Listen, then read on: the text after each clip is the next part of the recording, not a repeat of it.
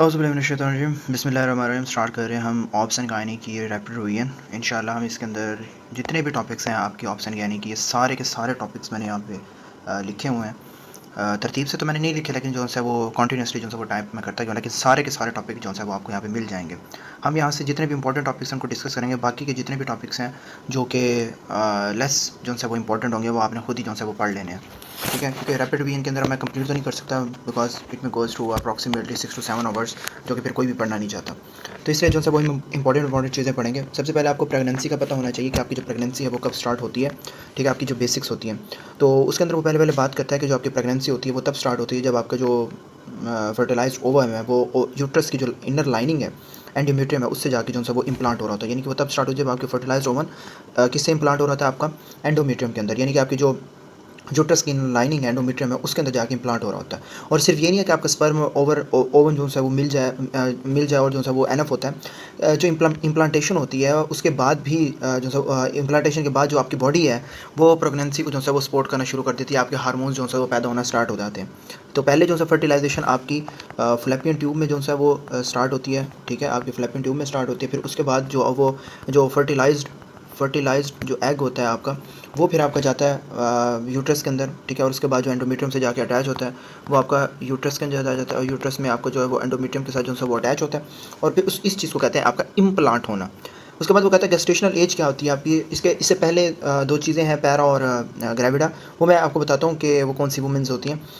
Gestational age का मतलब ये होता है कि आपका जो लास्ट मेंस्ट्रुअल पीरियड था उसके जो फर्स्ट जो डेज़ हैं उनको जो है वो काउंट किया जाए। क्योंकि आपको पता है कि आपको मोस्टली जो है वो कंसेप्शन की जो स्टेज है वो वुमेंस को नहीं पता होती, इसलिए उन्हें लास्ट मेंस्ट्रुअल पीरियड की डेट एक्जैक्टली तो नहीं, लेकिन उन्हें ये हफ्ता पता होता है कि यार इस हफ्ते में मुझे हुआ था।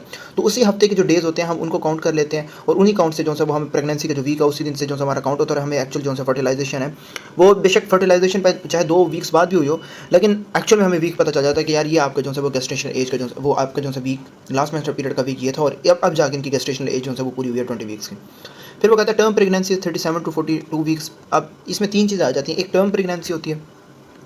टर्म प्रेगनेंसी का मतलब क्या होता है, वो प्रेगनेंसी जिसके अंदर आपका जो बच्चा है वो मुकम्मल तौर पे फिट हो for a delivery. Pre term का मतलब होता है कि 37 से पहले पहले आपका अगर बच्चा पैदा हो जाए तो उसके अंदर फिर हमें मसले वगैरह देखने को मिलते हैं। पोस्ट टर्म का क्या मतलब है कि आफ्टर 42 वीक्स भी आपका जो बच्चा है वो आपका जो बच्चा है वो पैदा ना हुआ, ठीक है। तो इसलिए मेच्योरिटी, जो फिटल की मेच्योरिटी और उसकी रिस्क है, इसी जो क्लासिफिकेशन है टर्म, प्री टर्म और पोस्ट टर्म, उसके ऊपर डिपेंडेंट होती है। फिर वो कहता है प्लेसेंटा क्या होता है। जो प्लेसेंटा होता है वो आपका जो फिटस है उसको ऑक्सीजन दे रहा होता है, न्यूट्रिशन दे रहा होता है, आपका वेस्ट रिमूव कर रहा होता है, हार्मोन बनाता है। क्योंकि जो फिटस होता है उसके अपने लंग्स नहीं होते, दैट्स वाई ऑक्सीजनेशन का जो है वो काम कर रहा होता है। ना खुद जो है वो जो है खा रहा होता है, इसलिए न्यूट्रिशन का काम कर रहा होता है। ना बच्चे को जो है वो जो कोई स्पोर्ट जो मिल रहा होता है, तो इसी वजह से वो उसे हार्मोनल जो हार्मोन्स वगैरह बना रहा होता है, प्लेसेंटा वगैरह हर चीज़, ठीक है। तो इसलिए जो प्लेसेंटा होता है वो हर काम कर रहा होता है इसका। Exam always think term of gestational age, viability, maternal adaptation and fetal wellbeing. अब प्रेगनेंसी के एमसीक्यूज में ना हमेशा जो जिन चीज़ों का जिक्र किया जाता है वो आपका गेस्टेशनल एज होता है, वेबिलिटी होती है, मदर की नॉर्मल चेंजेस होती हैं, फिटस की वेलबींग होती है। क्योंकि आपके ऑप्स के अंदर क्वेश्चन के अंदर week, pain, bleeding, fetal movement, fundal height, ultrasound, beta HCG, ये सारी चीज़ें जो है वो पूछी जाती हैं। अब उसके टर्म्स के अंदर आपको कैसे पता होना चाहिए क्या उसकी टर्म में क्या है। अब पहले आ जाती है आपकी ग्रेविडा।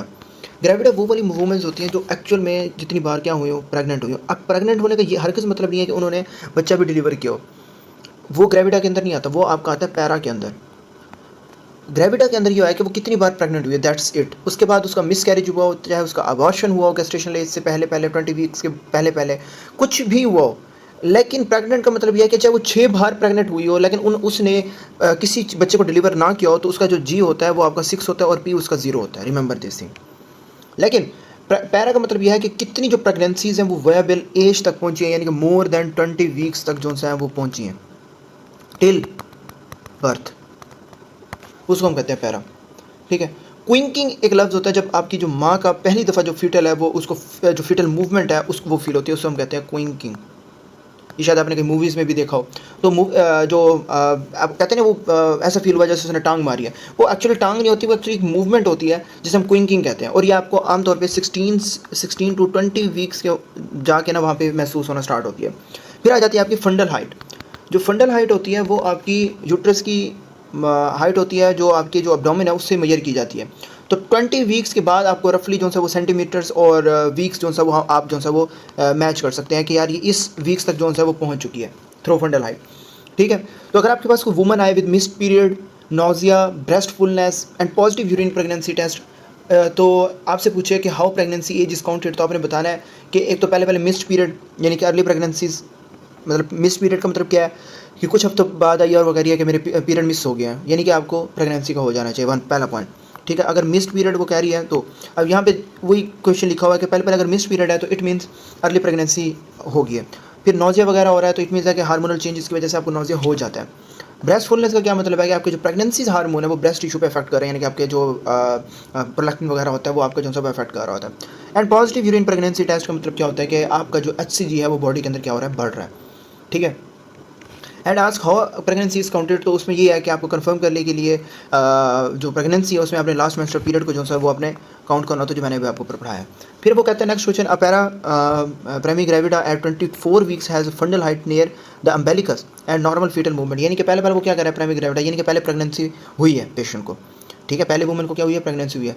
अब वो कहता है कि 24 वीक्स तक उसकी फंडल हाइट है नियर अम्बेलिकस, यानी कि एक्सपेक्टेड नॉर्मल फाइंडिंग आ रही है और विद सेकंड ट्राइमेस्टर का टाइम जो है वो स्टार्ट हो गया, राइट। और फिटल नॉर्मल फिटल डेवलपमेंट, तो MCQs पूछ रहा है, MCQs expected normal finding in uncomplicated pregnancy, यानी कि वो आपसे नॉर्मल प्रेगनेंसी की फाइंडिंग जो सा होता है वो पूछ रहा है। तो इसका मतलब क्या है कि आपकी जो नॉर्मल फाइंडिंग है उसमें जो सा जो फंडल हाइट और फंडल मूवमेंट है वो आपकी नॉर्मल होती है। अब ये जो पूरी जो MCQs दिया हुआ है ये आपको नॉर्मल जो प्रेगनेंसी है उससे आपने जो सा वो क्या कहते हैं आपने उसमें जो सा वो ठीक करना है। ये नहीं सोचना कि यार शायद इसमें कोई बीमारी हो रही हो, नहीं, वो आपको क्वेश्चन दे के भी नॉर्मल और अनकम्प्लिकेटेड प्रेगनेंसी के ऊपर पूछ सकते हैं। फिर आ जाता है आपका डायग्नोज ऑफ प्रेगनेंसी। पहले कहता है कि प्रेगनेंसी को हमने जो है वो 3 चीज़ों के ऊपर डिपेंड करना होता है। एक आपके क्लिनिकल फीचर्स, आपके लैब टेस्ट और अल्ट्रासाउंड, ठीक है। फिर वो कहता है प्रीजम्पटिव साइंस जो सा होता है क्या होते हैं, वो आपके होते हैं नोजिया जो आपको फील हो रहा होता है, एमेनोरिया आपको सावधान सी बात बनी तभी मैं ऊपर पढ़ा के आया यूरिन फ्रीक्वेंसी और ड्रेस चेंजेस वगैरह। Probable science include in large uterus, अब जो प्रिजम्पटिव साइंस होते हैं वो ज़्यादा स्ट्रॉन्ग होते हैं। For example in large uterus, Chadwick sign या पॉजिटिव प्रेगनेंसी टेस्ट क्यों स्ट्रॉन्ग होते हैं, क्योंकि प्रेगनेंसी से ये जितने भी साइंस होते हैं इनका प्रेगनेंसी से स्ट्रॉन्ग रिलेशन होता है, ठीक है ना।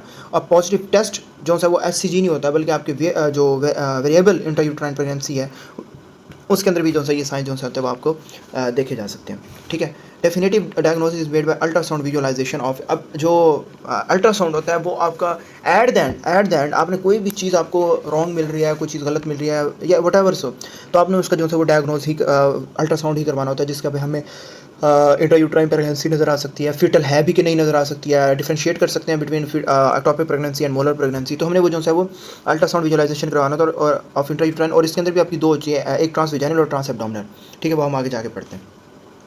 When dating is uncertain first trimester ultrasound is the best method, और पहले जो सा अगर जो पेशेंट है उसका लास्ट मेंस्ट्रुअल पीरियड या डेट जो सा था उसको डाउट हो, यानी कि उसका आप उससे कंसेप्शन की अगर डेट पूछते हैं वो तो एक्चुअली जो सा वो नहीं पता होती, लेकिन इसके अलावा लास्ट मेंस्ट्रुअल पीरियड की भी अगर डेट नहीं पता तो हम उसका जो सा वो क्या कराते हैं फर्स्ट ट्राइमेस्टर जो सा वो आपको फर्स्ट ट्राइमेस्टर अल्ट्रासाउंड, ठीक है ना। तो वो होता है क्योंकि अर्ली प्रेगनेंसी के अंदर जो डेट्स हैं वो ज़्यादा एक्यूरेट नहीं होती, तो इसलिए फर्स्ट ट्राइमेस्टर में जो फीटल साइज होता है वो प्रेडिक्टेबल होता है, इसलिए गेस्टेशनल एज जो होता है वो हम एस्टिमेट कर सकते हैं थ्रू अल्ट्रासाउंड, गेस्टेशनल अल्ट्रासाउंड यानी कि फर्स्ट ट्राइमेस्टर अल्ट्रासाउंड से, ठीक हो गया। फिर वो कहता है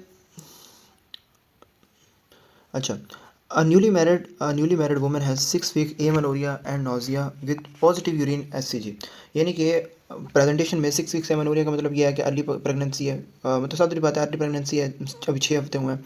नोजिया वही है कि आपके हार्मोनल जो है वो इफेक्ट आ रहा है, हार्मोन रिलीज हो रहा है उसकी वजह से। पॉजिटिव यूरिन HCG का मतलब है कि HCG जो है वो आपका बढ़ रहा है and it is a strong clue for the pregnancy, ठीक है ना। और MCQs में वो क्या पूछ रहा है कि प्रेगनेंसी का जो कंफर्मेशन जो सा वो पूछ रहा है कि it made confirm the pregnancy, तो हमने प्रेगनेंसी कैसे करनी है कि रेबल जो हमारा कंफर्मेशन है वो हम कैसे कर सकते हैं, तो हमने अल्ट्रासाउंड जो सा तो वो हमने करवाना होता है for the fetal pole and cardiac activity के, जो बच्चे के अंदर हमें बच्चा और बच्चे की जो हार्ट बीट होती है वो हम सुन सकते हैं, ठीक है। क्योंकि जो यूरिन HCG होता है ना वो सिर्फ HCG का बता रहा होता है कि हाँ HCG बढ़ा हुआ है, लेकिन हमें ये भी तो पता चले ना कि फीटल है भी कि नहीं है, फीटल की हार्ट बीट चल रही है कि नहीं, वो तो सिर्फ बता रहा होता है कि हाँ प्रेगनेंसी हो रही है। फिर वो कहता है patient with irregular cycle is major of dates, यानी कि इरेगुलर साइकिल्स, यानी कि आपका जो लास्ट मेंस्ट्रुअल पीरियड है वो रिलेबल नहीं है, यानी कि वो इतना परफेक्ट नहीं है। एंड अनश्योर ऑफ डेट्स, यानी कि आपको जो हिस्ट्री है वो वीक्स में है, लेकिन मोस्टली जो सी है ना हिस्ट्री मंथ्स में होनी चाहिए।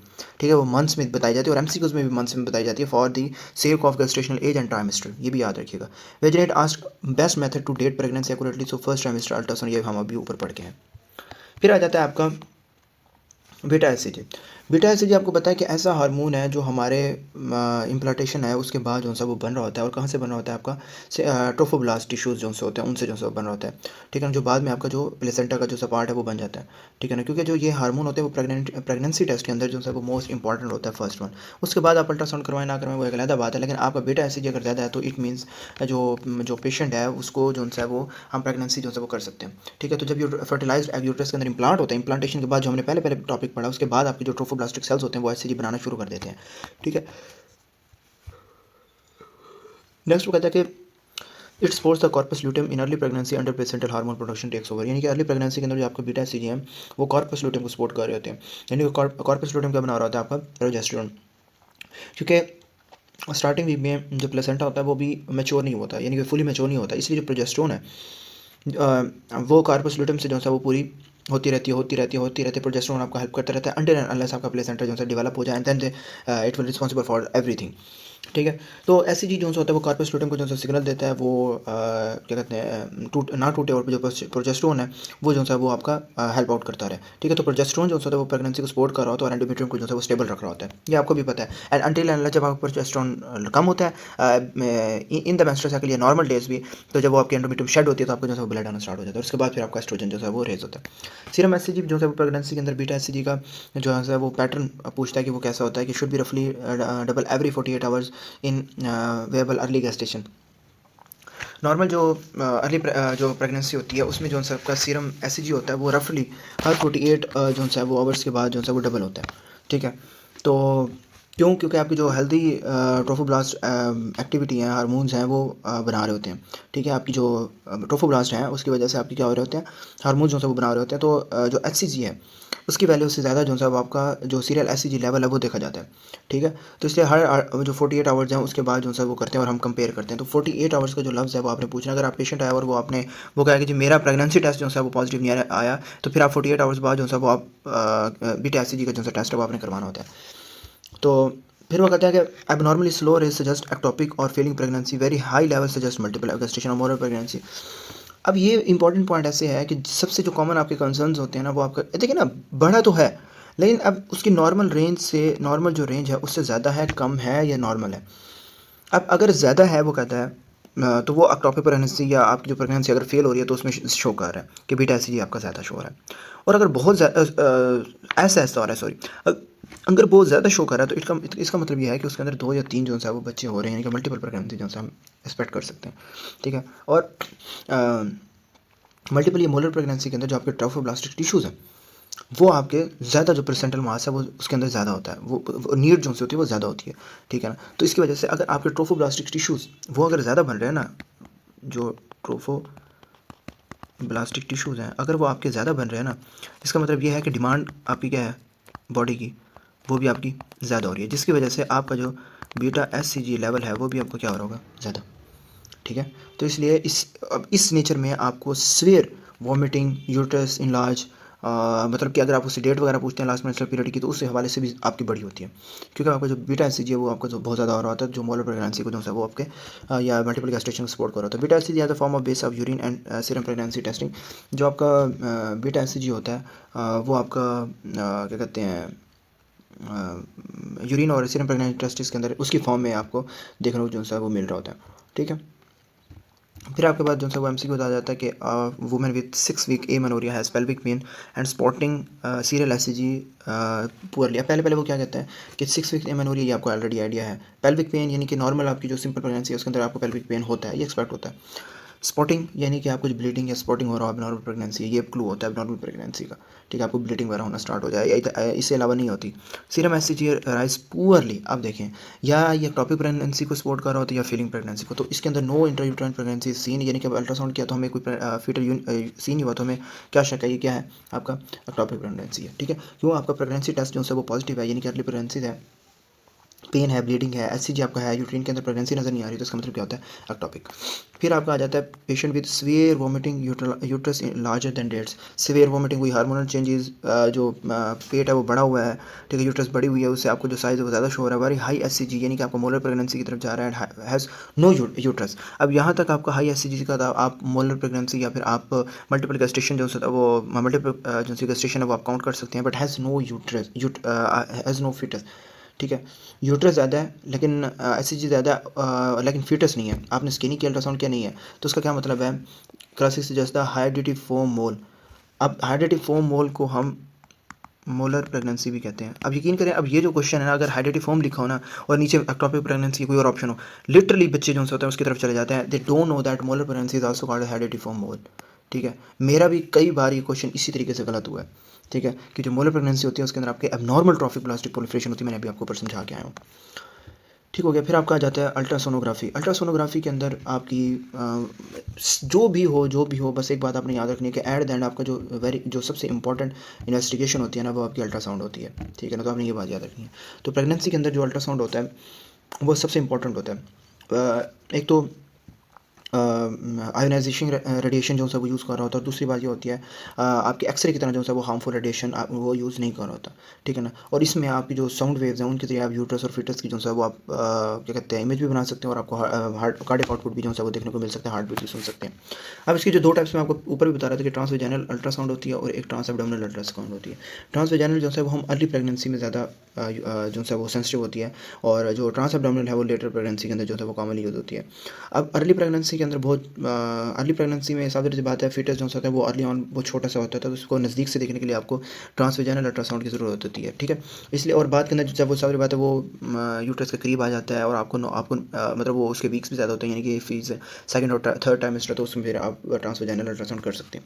It use for dating viability, fetal number, placental location, anatomy survey and growth assessment, यानी कि अल्ट्रासाउंड से हम ये सारी चीज़ों को देख सकते हैं, क्योंकि आपकी जो प्रेगनेंसी की मैनेजमेंट है उसका सबसे बड़ा जो हिस्सा होता है वो आपके अल्ट्रासाउंड की फाइंडिंग्स पर डिपेंड कर रहा होता है, कि उसकी क्या डेट चल रही है, अवेलेबिलिटी की मतलब है भी है या नहीं है, फीटल नंबर यानी कि मल्टीपल प्रेगनेंसी तो नहीं हम एक्सपेक्ट कर रहे, ठीक है, प्लेसेंटा की लोकेशन हम देख सकते हैं, सारी चीज़ें जो सब हम इसके ऊपर देख सकते हैं, हमारा एम्ब्रियोलॉजिकल स्टेज के ऊपर कि कौन सी चीज़ डेवलप हो रही है नहीं हो रही।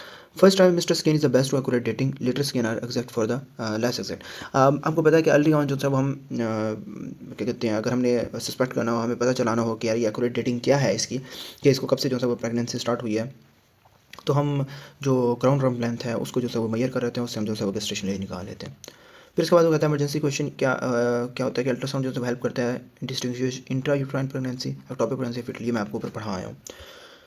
फिर वो पहले जो हमारी एमसीक्यूज़ है उसके अंदर प्रेजेंटेशन कहता है कि पेशेंट विद अनसर्टेन जो क्या कहते हैं लास्ट मेंस्ट्रुअल पीरियड है, यानी कि डेट जो होता है वो आपको याद नहीं है, प्रेजेंट है 10 वीक्स, 10 वीक तक जो है वो, यानी कि अभी आपका 10 वीक्स में आपको कौन सा ट्राइमेस्टर आता है, फर्स्ट ट्राइमेस्टर।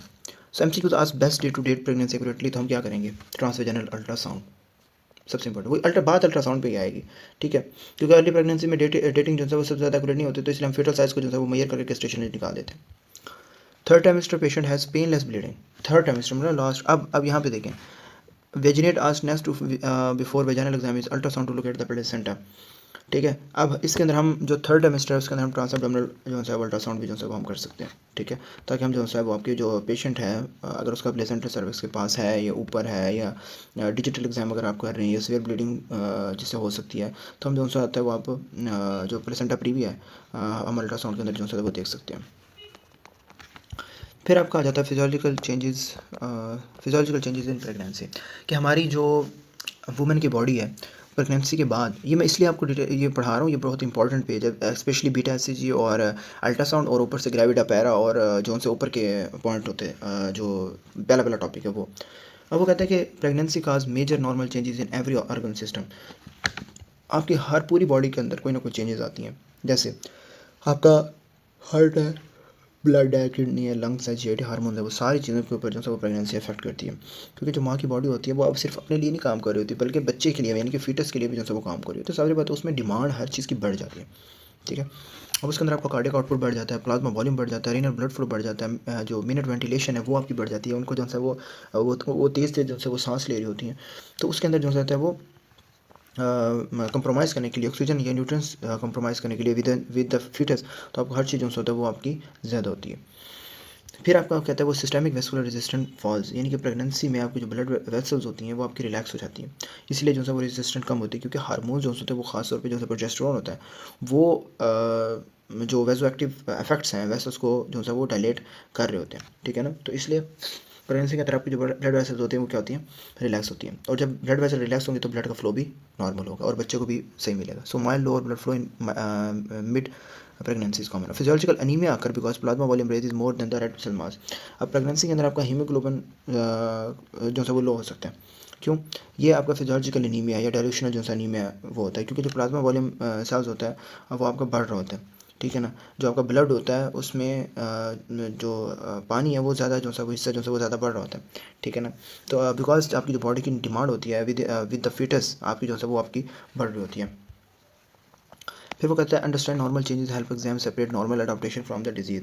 और नॉर्मल और एबनॉर्मल को जो है वो आपने जो है वो अलग देखना होता है कि प्रेगनेंसी में कुछ चीज़ें जो है वो नॉर्मल होती हैं, लेकिन कुछ चीज़ें जो है वो नॉन प्रेगनेंट स्टेट में भी एबनॉर्मल हो सकती हैं। For example mild tachycardia, patient के अंदर टैकीकार्डिया होता है, mild shortness of breath, low creatinine, mild anaemia, bit lower BP in second and third trimester, ठीक है ना। क्योंकि ये आपको शो कर रही होती है, अगर माइल्ड माइल्ड चीज़ें हैं तो ये आपको नॉर्मल रिस्पॉन्स शो कर रही होती हैं।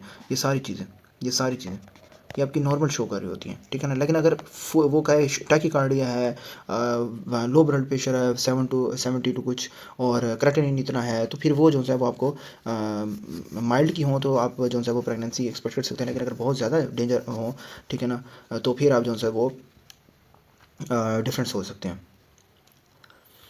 फिर आपका आ जाता है क्लासिकल प्रेजेंटेशन के अंदर फर्स्ट पॉइंट कि a healthy pregnant women has mild dyspnoea. Healthy pregnant women है यानी कि डिजीज जो है वो आपको मेंशन नहीं की गई, यानी कि वो हेल्दी है। अब माइल्ड डिस्पनिया है, लो सीरम क्रेटिनिन है, स्लाइटली सिस्टोलिक फ्लो मरमर है, question asked normal physiological changes of pregnancy. यानी कि सारी चीज़ें उसने नॉर्मल दी हुई हैं, किसी हर चीज़ को जो है उसने माइल्ड तक रखा है, माइल्ड या लो तक रखा है, यानी कि चीज़ों को उसने प्रेशराइज नहीं किया, ठीक है, एग्जाम में। तो वो कहता है कि ये आपकी नॉर्मल है। और नेक्स्ट वो कहता है कि second trimester patient has haemoglobin drop with normal indices and with expanded plasma volume stem points to physiological dilutional anaemia.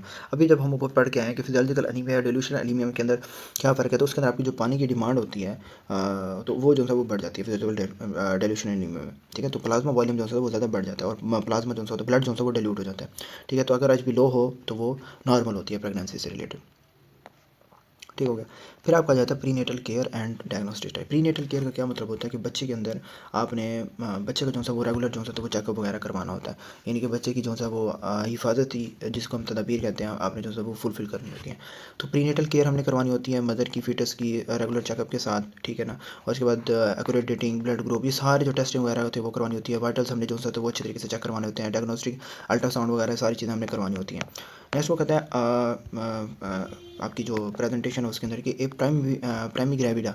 अब देखें ये अब प्राइमी ग्रेविडा या पैरा का लफ्ज़ हम अगर वो यूज़ करते हैं, तो अगर आपको ग्रेविडा या पैरा का नहीं पता होगा तो मुझे बताएं आप कैसे सेंस करेंगे कि यार ये वुमेन है उसको प्रेगनेंसी हुई भी थी या नहीं हुई थी, या आपको कंफ्यूज कर दें। तो अब प्राइमी ग्रेविडा यानी कि आपकी जो फर्स्ट वुमेन है वो डिलीवरी कर चुकी है, यानी कि पहले उससे प्रेगनेंसी हो चुकी है।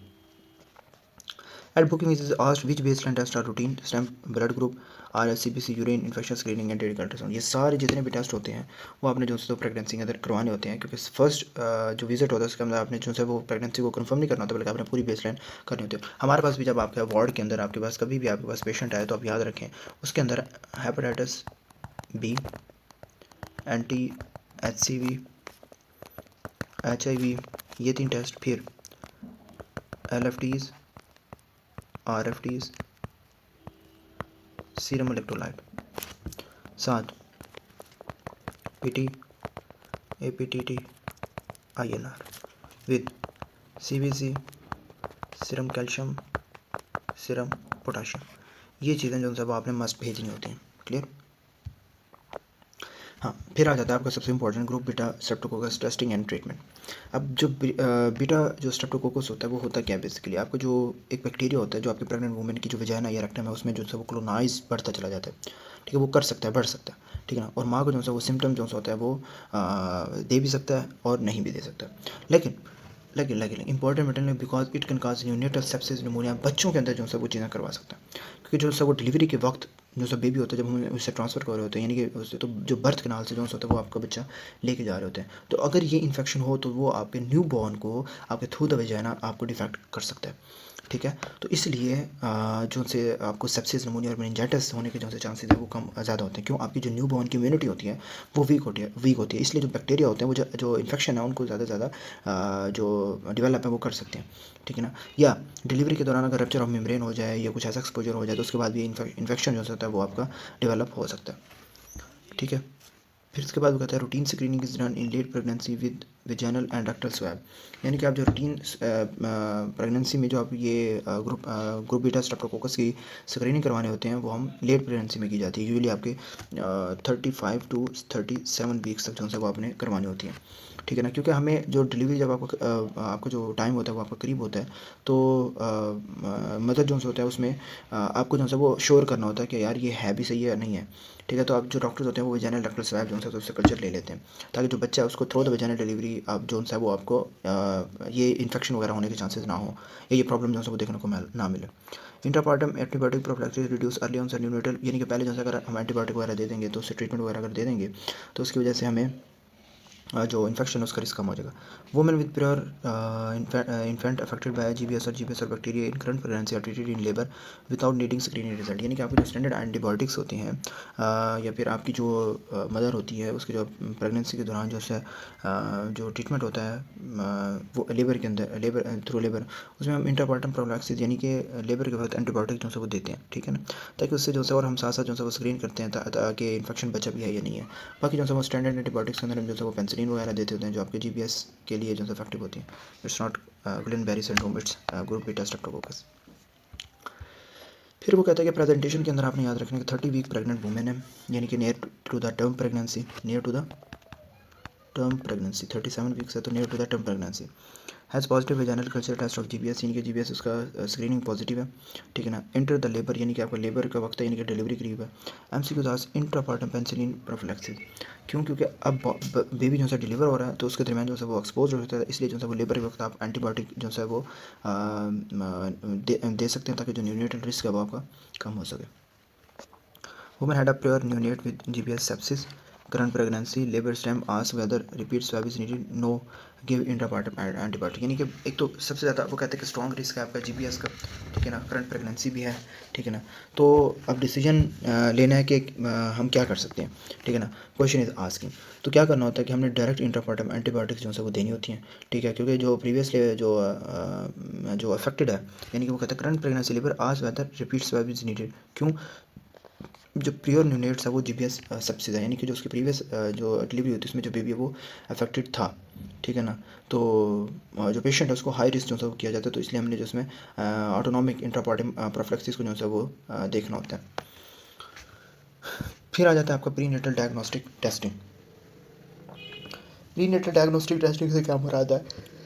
वो टेस्ट होते हैं जो फीटस के अंदर डिजीज़ या क्रोमोसोमल प्रॉब्लम्स को कंफर्म कर रहे होते हैं, ठीक है।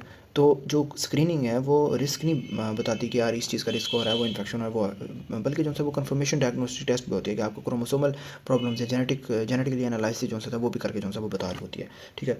तो सबसे जो है वो कॉमन प्रोसीजर जो होते हैं वो आपके होते हैं क्रोनस villous sampling and amniocentesis.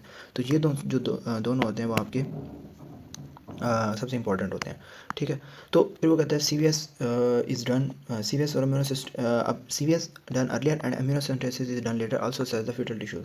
C V S पहले होती है, यानी कि एम्यूनोसेंटेसिस जो है वो बाद में होती है, क्योंकि आपकी जो वो है उसमें गेस्टेशनल एज जो है वो जो एग्ज़ाम है उसके अंदर आपके गेस्टेशनल एज जो है वो दे के पूछा जा रहा होता है कि कौन सा जो सा टेस्ट हमें चूज़ करना चाहिए।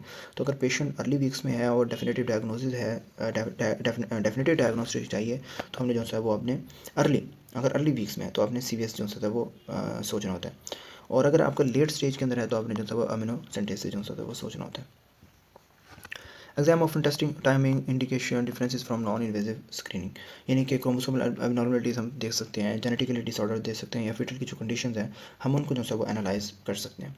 ठीक है, अच्छा, फिर उसके बाद वो कहता है कि आपकी प्रेजेंटेशन के अंदर women with high risk aneuploid screening at 12 weeks, यानी कि आपकी early on high risk aneuploid screening है, यानी कि स्क्रीनिंग जो सी वो abnormal है, यानी कि abnormal शो हुई है, और 12 वीक्स यानी कि अर्ली गेस्टेशन के अंदर है।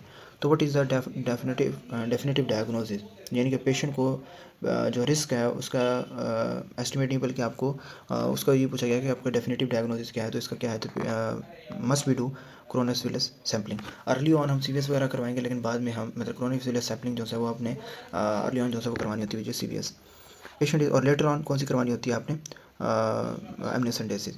अच्छा, अब वो नेक्स्ट बात करता है, पहले तो उसने बात करी ना 12 वीक्स के, 17 वीक्स पे हमने बात करनी, और उसके अंदर वो कहता है कि कन्फर्मेटरी फीटल कैरोटाइप है, तो हमने उसके अंदर क्या करवानी होती है, अपने एमनियोसेंटेसिस जो है वो करवानी होती है। यानी कि सीवीएस अगर पहले यानी कि 10 से 12 या उससे पीछे हफ्ते में पूछा जाए, और मोर देन 17 या 16 या फिर आपके 18 वीक्स पे पूछा जाए, तो आपने एमनियोसेंटेसिस जो है वो करवानी होती है। ठीक है, क्योंकि 17 वीक्स पे जो है वो एमनियोसेंटेसिस जो है वो अप्रोप्रिएट आपको डायग्नोस्टिक टेस्ट जो है वो दे रहा होता है। ठीक है,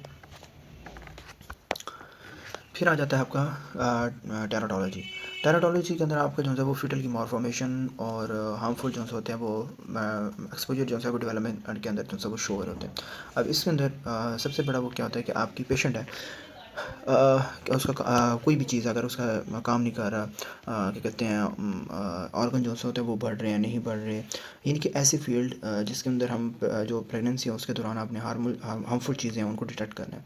ठीक है ना, कोई चीज़ काम नहीं कर रही है, उसके अंदर बर्थ इफेक्ट मालफॉर्मेशंस, ठीक है ना, उन सारी चीज़ों को जो है हमने देखना होता है। ठीक है, क्योंकि आपकी ड्यूरिंग प्रेगनेंसी हर ड्रग, हर इन्फेक्शन, हर चीज़ जो है वो फिटस को एक्सपोजर इसके साथ एक्सपोजर हो सकती है। ठीक है ना, तो उन चीज़ों को भी हमने जो है वो चेक करना होता है। तो रिस्क जो होता है वो डिपेंड करता है on agent, dose, time of exposure, यानी कि कौन सा एजेंट यानी जो है मदर यूज़ कर रही है, कौन सा ड्रग्स जो है वो बहुत ज़्यादा डेंजरस है, कुछ ज़्यादा कम होते हैं, कुछ लो होते हैं उनका इफेक्ट, कुछ हाई डोज होते हैं। ठीक है ना, और अगर हार्मफुल चीज़ जो है वो ऑर्गन फॉर्मेशन को के टाइम दी जाए, अगर ऑर्गन फॉर्मेशन हो रहा है तो अगर उसके टाइम अगर हार्मफुल हम ड्रग्स वगैरह दे जाएँ तो उससे आपको स्ट्रक्चरल डिफेक्ट जो होने के चांसेस ज़्यादा होते हैं। तो उसके अंदर हमने सिर्फ ये चीज़ें पढ़नी है। एक तो हम क्लासिकल प्रेजेंटेशन हम देख लेते हैं कि क्लासिकल प्रेजेंटेशन में क्या कहते हैं। वो कहता है women took isotretinoin before realising she has 6 week pregnant, यानी कि एसोटेरियम जो है तो वो टेट्रोजेनिक जो है ड्रग्स होता है, यानी कि आपका अगर जो मदर है उसने ये जो ड्रग है, हार्मफुल ड्रग है, वो प्रेगनेंसी के अर्ली ऑन प्रेगनेंसी के अंदर ले लिया है। ठीक है ना, तो वो पूछता है कि why early exposure is dangerous which is organogenesis period. वो कहता है कि दिस पीरियड, ये जो पीरियड है जो अर्ली प्रेगनेंसी का है, सॉरी बताया, अर्ली प्रेगनेंसी के अंदर आपके ऑर्गन्स की अल्हम्दुलिल्लाह डेवलपमेंट हो रही होती है। तो 6 वीक्स या 4 5 6 वीक्स के दौरान आपके मेजर ऑर्गन जो है वो डेवलप हो रहे होते हैं।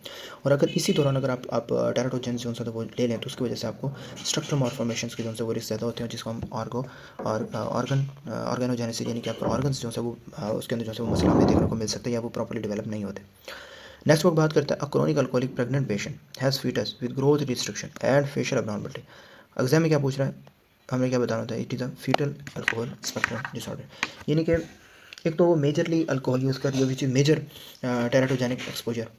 टेराटोजेनिक्स का क्या मतलब होता है, यही होता है कि आपकी बॉडी हार्मफुल सब्सटेंस तो नहीं टेन कर रही जो आपकी बॉडी के अंदर अफेक्ट कर रही है। अब उसमें आपकी ग्रोथ रिस्ट्रिक्शन भी देखने को मिल रही है, फेशियल अब्नॉर्मलिटीज़ भी देखने को मिल रही है। तो डायग्नोसिस क्या होता है, फीटल अल्कोहल स्पेक्ट्रम डिसऑर्डर। क्यों, क्योंकि जो अल्कोहल होता है वो आपको क्लासिक टेराटोजेन है जो आपकी ग्रोथ और न्यूरो डेवलपमेंट दोनों पे जो है वो अफेक्ट कर रहा होता है। किस पे, आपकी ग्रोथ पे और आपकी न्यूरो डेवलपमेंट पे, दोनों चीज़ों पे इफेक्ट कर रहा होता है। ठीक है, तो इसलिए अल्कोहल का सिर्फ मदर से नहीं बल्कि आपकी प्रेगनेंसी जो बच्चा होता है, फीटस होता है, उसके ऊपर भी इफेक्ट कर रहा होता है। अब कंजेनिटल इन्फेक्शन के अंदर आपने ये सारे जितने भी इन्फेक्शन है ना, आपने इनको ऐसे मतलब घोल के पी लेना कि एक ना एक क्वेश्चन इसमें से लाजमी आता है। ठीक है, अब कंजेनिटल इन्फेक्शन वो कहते हैं क्या होते हैं, अब कंजेनिटल इन्फेक्शन वो होते हैं जो मदर है वो फिटस तक प्रेगनेंसी के दौरान या डिलीवरी के करीब जो है वो ट्रांसफ़र हो जाते हैं। ठीक है ना, क्यों, क्योंकि मिसकैरेज हो, फिटल ग्रोथ रिडक्शन है, कंजेनिटल डिफेक्ट है या लॉन्ग टर्म डिसेबिलिटी है। ठीक है ना, उस सारों का जो सबब है ना वो आपके ये इन्फेक्शन बनते हैं, जिसके अंदर आपके टॉक्सोप्लाज्मोसिस है, रूबेला है, CMV, RP है, सिफिलिस है, वर्सीला है, पैरावायरस है, ज़िका है, ये सारी चीज़ें जो है वो इन्फेक्शन का काज बनती हैं। ठीक है, अब हर इन्फेक्शन का जो है वो अपना अपना जो है वो क्लासिकल पॉइंट होता है कि किसने क्या करवाना है। अगर हम जो साइटोमेगालोवायरस है वो देखें तो ये आपका पैरावेंट्रिकुलर क्लासिफिकेशन या हेयरिंग लॉस करवा रहा होता है। टॉक्सोप्लाज्मोसिस है वो आपका रेटिनाइटिस या हाइड्रोसिफिलिस इंट्राकैरिनियल क्लासिफिकेशन करवा रहा है। यहाँ पे सारा लिखा हुआ है। सीएमवी आपका क्या है, periventricular calcification hearing loss. Toxoplasmosis retinitis hydrocephalus inter calcification. अब ये पॉइंट जो से अगर ये पॉइंट्स आपको आते हैं और पॉइंट अगर आपको एमसीक्यू के अंदर कोई भी ऐसे पॉइंट दिया कि patient present with history of cataract deafness congenital heart disease, तो आप रूबेला इजीली लगा सकते हैं, क्योंकि और किसी में ऐसी चीज़ें नहीं है, ठीक है ना। Patient present with history of fetal anemia and headrocks is a parvovirus primary genital heart with near delivery affect mode of the delivery। सबसे इंपॉर्टेंट सीएमवी टॉक्सोप्लाज्मोसिस और रूबेला जो सा वो होते हैं, ठीक होता है। तो डायग्नोस के अंदर जो है हमने मेटरनल हिस्ट्री जो है वो लेनी होती है कि आइदर जो सी मदर है वो कैट्स के साथ यानी कि उनके घर जो बिल्लियाँ वगैरह तो नहीं थी, उनको कोई रैशेज वगैरह तो नहीं थे, या कच्चा गोश्त वगैरह तो नहीं खाती थी, या कुछ ऐसा हो कि उनको जेनेटल लीजन्स वगैरह तो नहीं थे नियर प्रेगनेंसी। तो हमने वो चीज़ें जो है वो देखनी होती हैं। अब पहले प्रेजेंटेशन के अंदर वो क्या करते हैं,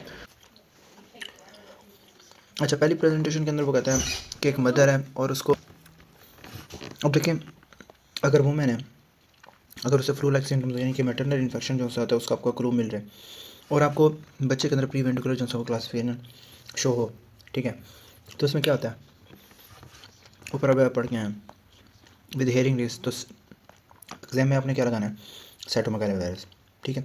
क्यों, आपके जो साइटोमेगालोवायरस है उसके अंदर इंपॉर्टेंट चीज़ आपकी पैरावेंट्रिकुलर क्लासिफिकेशन और सेंसो रेनिक्यूलर जो है वो हेयरिंग लॉस होता है, ठीक है। क्लासिफिकेशन और हेयरिंग लॉस आ जाए तो आपने आंख बंद करके साइटोमेगालोवायरस लगाना है। फिर आपका आता है a cat expose pregnant patient ऐसे। अब वो देखें वो उसने एक्सपोजर की हिस्ट्री दी है कि कैट का जो है वो एक्सपोजर हुआ है और फिर उसमें क्या था विद हाइड्रोसिफिलिस एंड कोरियोटेनाइटिस, ठीक है। अब फीटल फाइंडिंग बता दी है हाइड्रोसिफिलिस और उसकी आई की फाइंडिंग, तो वो क्या होगी आपकी टॉक्सोप्लाज्मोसिस, ठीक है। तो अगर आपको ये वाला पैटर्न मिले ना, कैट का एक्सपोजर हुआ या कंटेमिनेटेड सोर्स के थ्रू आपको कोरियोटेनाइटिस हाइड्रोसिफिलिस इंट्राक्रैनियल क्लासिफिकेशन शो हुई है, तो उसका मतलब क्या होता है, टॉक्सोप्लाज्मोसिस।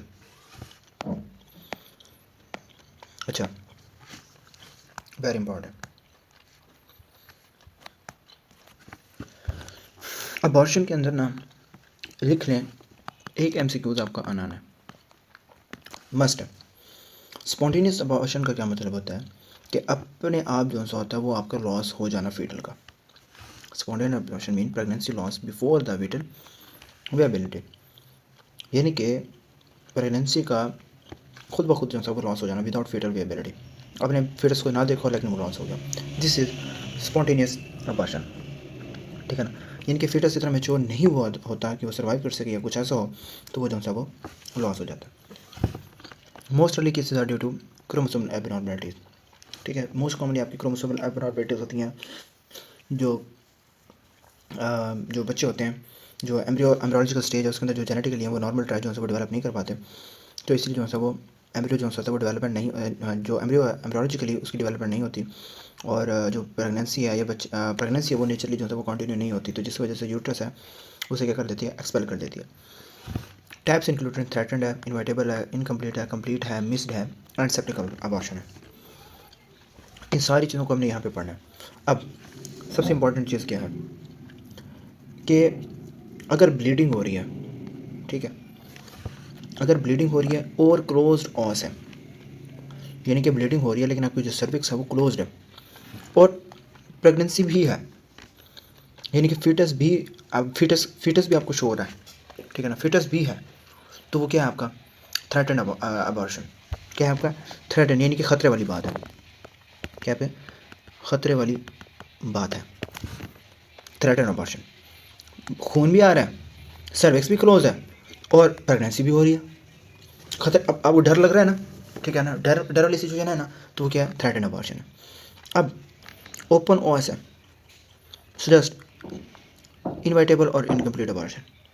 अगर आपको दो कंडीशन ऐसी हैं, इनको भी हम डिफ्रेंशिएट करते हैं कि अगर आपकी सर्विक्स ओपन है तो वो आपको क्या कर सकती है, सजेस्ट कि आपकी इनवाइटेबल है या इनकम्प्लीट अबॉर्शन है।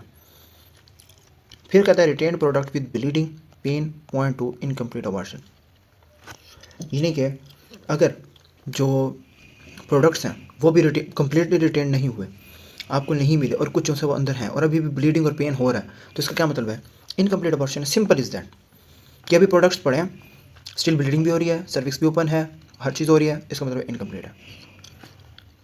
Absent cardiac activity in non viable pregnancy से जस्ट मिस्ड अबॉर्शन, कि अगर आपकी अबॉर्शन है वो जो मिस्ड है, ठीक है, तो इसके अंदर जो मिस्ड अबॉर्शन है उसके अंदर जो फिटस है वो अवेलेबल नहीं होता, ठीक है, लेकिन जो टिश्यूज़ होते हैं वो भी अभी जो सा यूट्रस है उसमें जो सा वो पड़े होते हैं, और उसमें आपकी हैवी एक्सपल्शन जो सा तो हमें शो हो रही होती है, ठीक है। अब थ्रेटेड अबॉर्शन क्या होता है, मैं टी से बता देता हूँ। थ्रेटेड अबॉर्शन के अंदर ब्लीडिंग हो रही होती है, सर्विक्स आपकी क्लोज होती है, फिटस आपको जो सा वो नज़र आ रहा होता है, मतलब होता है, ठीक है। तो आपको मिस कैरेज का जो सा वो थ्रेट हो रहा होता है, लेकिन प्रेगनेंसी अभी कंप्लीट नहीं हुई, तो यानी कि अभी प्रेगनेंसी का जो सा लॉस है नहीं हुआ होता, फर्स्ट पॉइंट। फिर आपको आ जाती है इनवाइटेबल में और इनकम्प्लीट के अंदर आपकी जो सर्विक्स ओपन होती है वो ओपन होती है। इनवाइटेबल के अंदर आपकी ब्लीडिंग भी हो रही होती है, पेन भी हो रहा होता है, सर्विक्स भी ओपन होती है, ठीक है, इनवाइटेबल के अंदर। यानी कि प्रेगनेंसी का ऑलमोस्ट ख़त्म हो जाती है, यानी कि वो बच्चा नहीं बच सकता, इसलिए एक्सपल्जन जो एक्सपेक्टेड होती है। इनवाइटेबल और इनकम्प्लीट के अंदर क्या होता है, इनकम्प्लीट का मतलब क्या है कि कंप्लीट ना हुआ, यानी कि कुछ टिश्यूज़ अंदर रह गए हों, कुछ बाहर निकल गए हों, कुछ टिश्यूज़ के अंदर यूट्रस के अंदर रह गए हों, ब्लीडिंग और पेन होता जा रहा है और सर्विक्स आपकी ओपन हो, ठीक है। तो इनवाइटेबल आई दोनों के अंदर इनवाइटेबल हो, चाहे इनवाइटेबल है तो उसके अंदर आपको ब्लीडिंग और पेन होगा, उसके अंदर कोई जो टिश्यूज़ हैं उनका जिक्र नहीं होगा कि ब्लीडिंग के कुछ जो चीज़ें वो अंदर पड़ी हैं बाहर पड़ी हैं, ऐसा नहीं होगा, वो आपका इनकम्प्लीट में है। इनवाइटेबल के अंदर सिर्फ ये होगा कि ब्लीडिंग हो रही है, पेन हो रहा है और सर्विक्स ओपन है। फिर आ जाती है आपकी कंप्लीट अबॉर्शन में तो सिंपल है कि टिश्यूज़ भी नहीं है, यूट्रस भी नहीं है, यूट्रस भी एम्प्टी हो गया और ब्लीडिंग और पेन भी जो है वो ख़त्म हो गया, ठीक हो गया। फिर आ जाता है आपका मिस्ड अबॉर्शन में जो फीटस होता है वो नॉन फिट मौजूद नहीं होता, विच इज़ नॉन वेबल। जो टिश्यूज़ होते हैं वो यूट्रस के अंदर जो है रिटेंड होते हैं और हैवी एक्सपेंशन जो होता है वो अभी नहीं होती, लेकिन जो फिटस होता है वो नॉन वेबल होता है as compare to the threatened. इसके अंदर फिटस वेबल होता है, इसके अंदर नॉन वेबल होता है, ठीक है। तो ये डिफरेंस आपने याद रखना। अच्छा जी, नेक्स्ट आ जाता है आपका effective termination of pregnancy. Effective termination का मतलब होता है कि प्रेगनेंसी के अंदर मेडिकली या सर्जिकली जो सा है उस हमें इंटेंशनली जो सा उनमें एंड करना है, यानी कि टर्मिनेशन ऑफ द प्रेगनेंसी।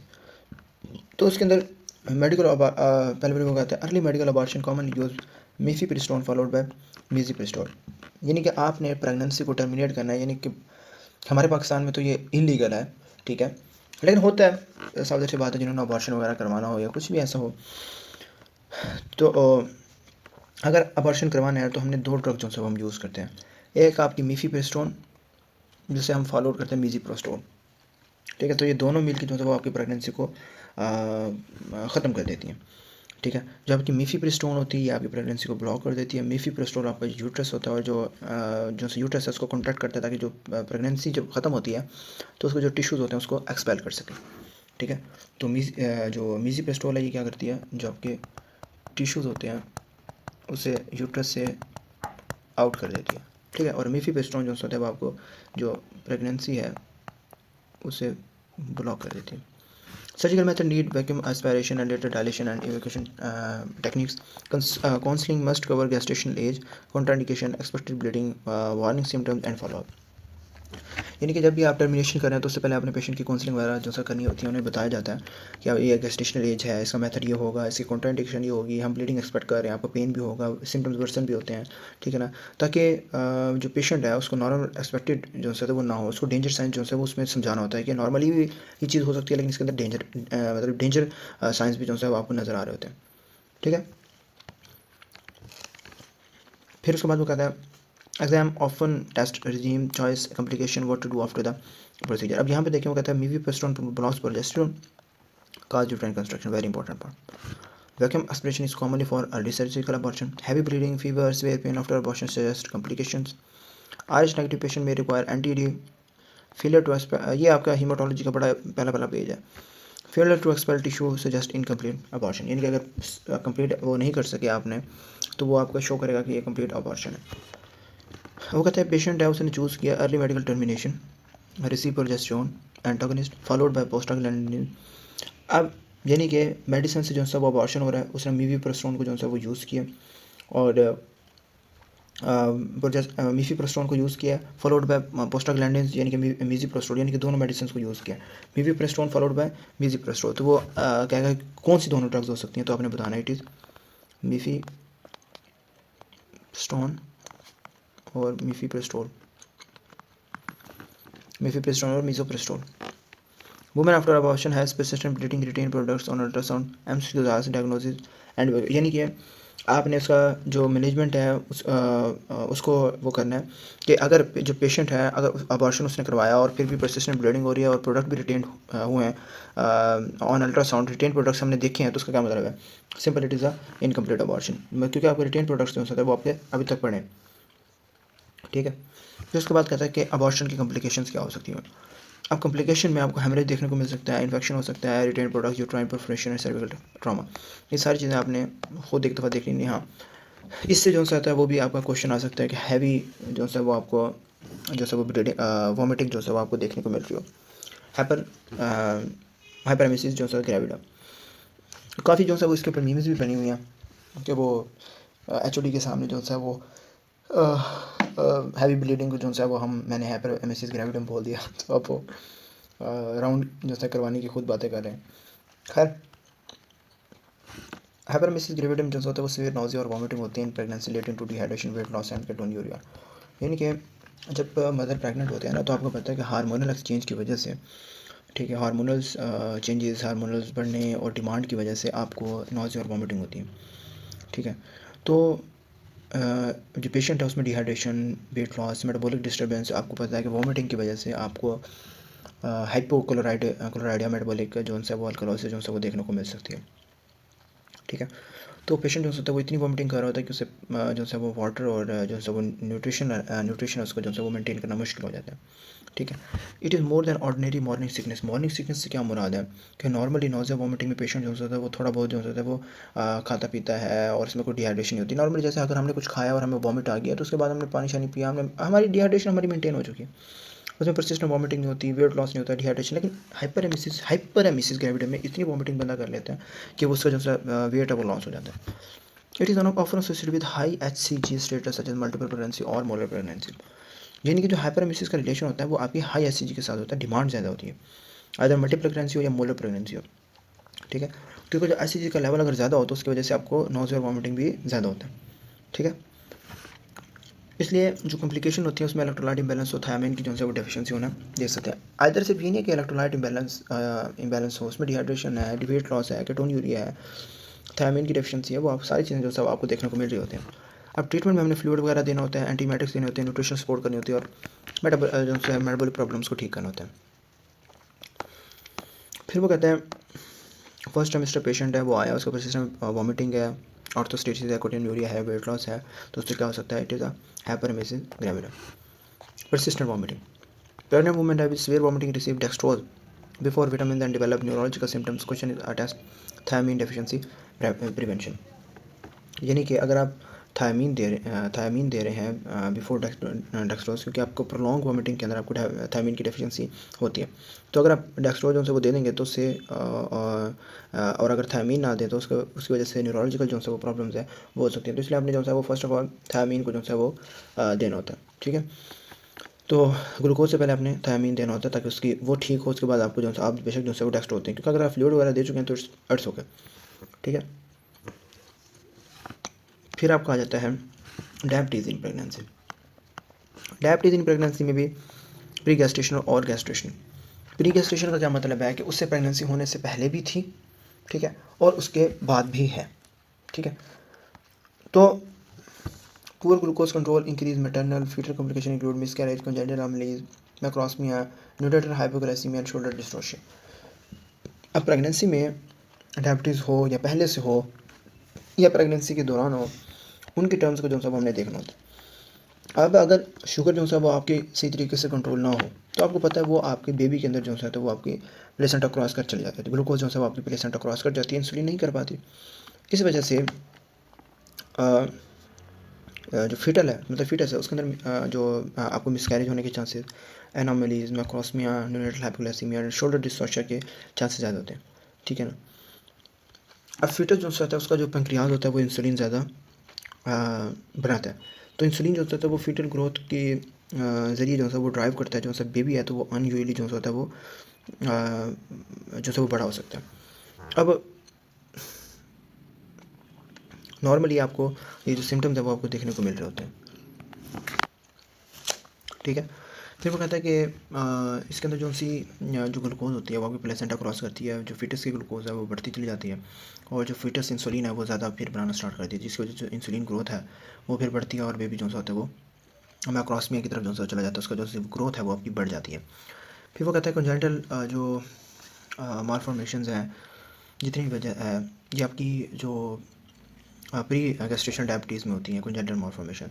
अब डायबिटीज़ से पहले ये आपकी जो है वो मौजूद होती हैं, तो फर्स्ट ट्राइमेस्टर में भी जो है वो शुगर हाई होती है, इसलिए जो ऑर्गन्स होते हैं ना वो फिर आपके बन रहे होते हैं, बड़े बन रहे होते हैं, जिसकी वजह से जो कंजेनिटल एनोमली रिस्क है वो आपका बढ़ जाता है।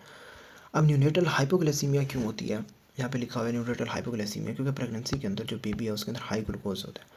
अब जो बच्चा होता है जब ड्यूरिंग प्रेगनेंसी उसके अंदर जो ब्लड ग्लूकोज है वो हाई होता है और उसी का वो क्या कहते हैं अपना वो यूज होता है, ठीक है ना। और इसलिए जो है वो बेबी वो इंसुलिन बनाता रहता है। अब डिलीवरी के बाद मदर का जो ग्लूकोज है सप्लाई वो बंद हो जाता है और बेबी का जो इंसुलिन होता है वो हाई होता है, इसलिए जो है वो न्यू बॉर्न के अंदर जो शुगर होता है वो क्या आता है नीचे आ जाता है, because of raise in insulin. वो सारी बातें शुगर को स्टोर कर रही होती हैं, तो इसलिए हमने जो है वो चीज़ें याद रखनी होती हैं। बाकी gestational diabetes will develop in second half of pregnancy due to insulin resistance from placental hormone. Insulin is done during pregnancy, especially 24 to 28 weeks in routine cases, very important. Treatment start with diet, exercise, then medications.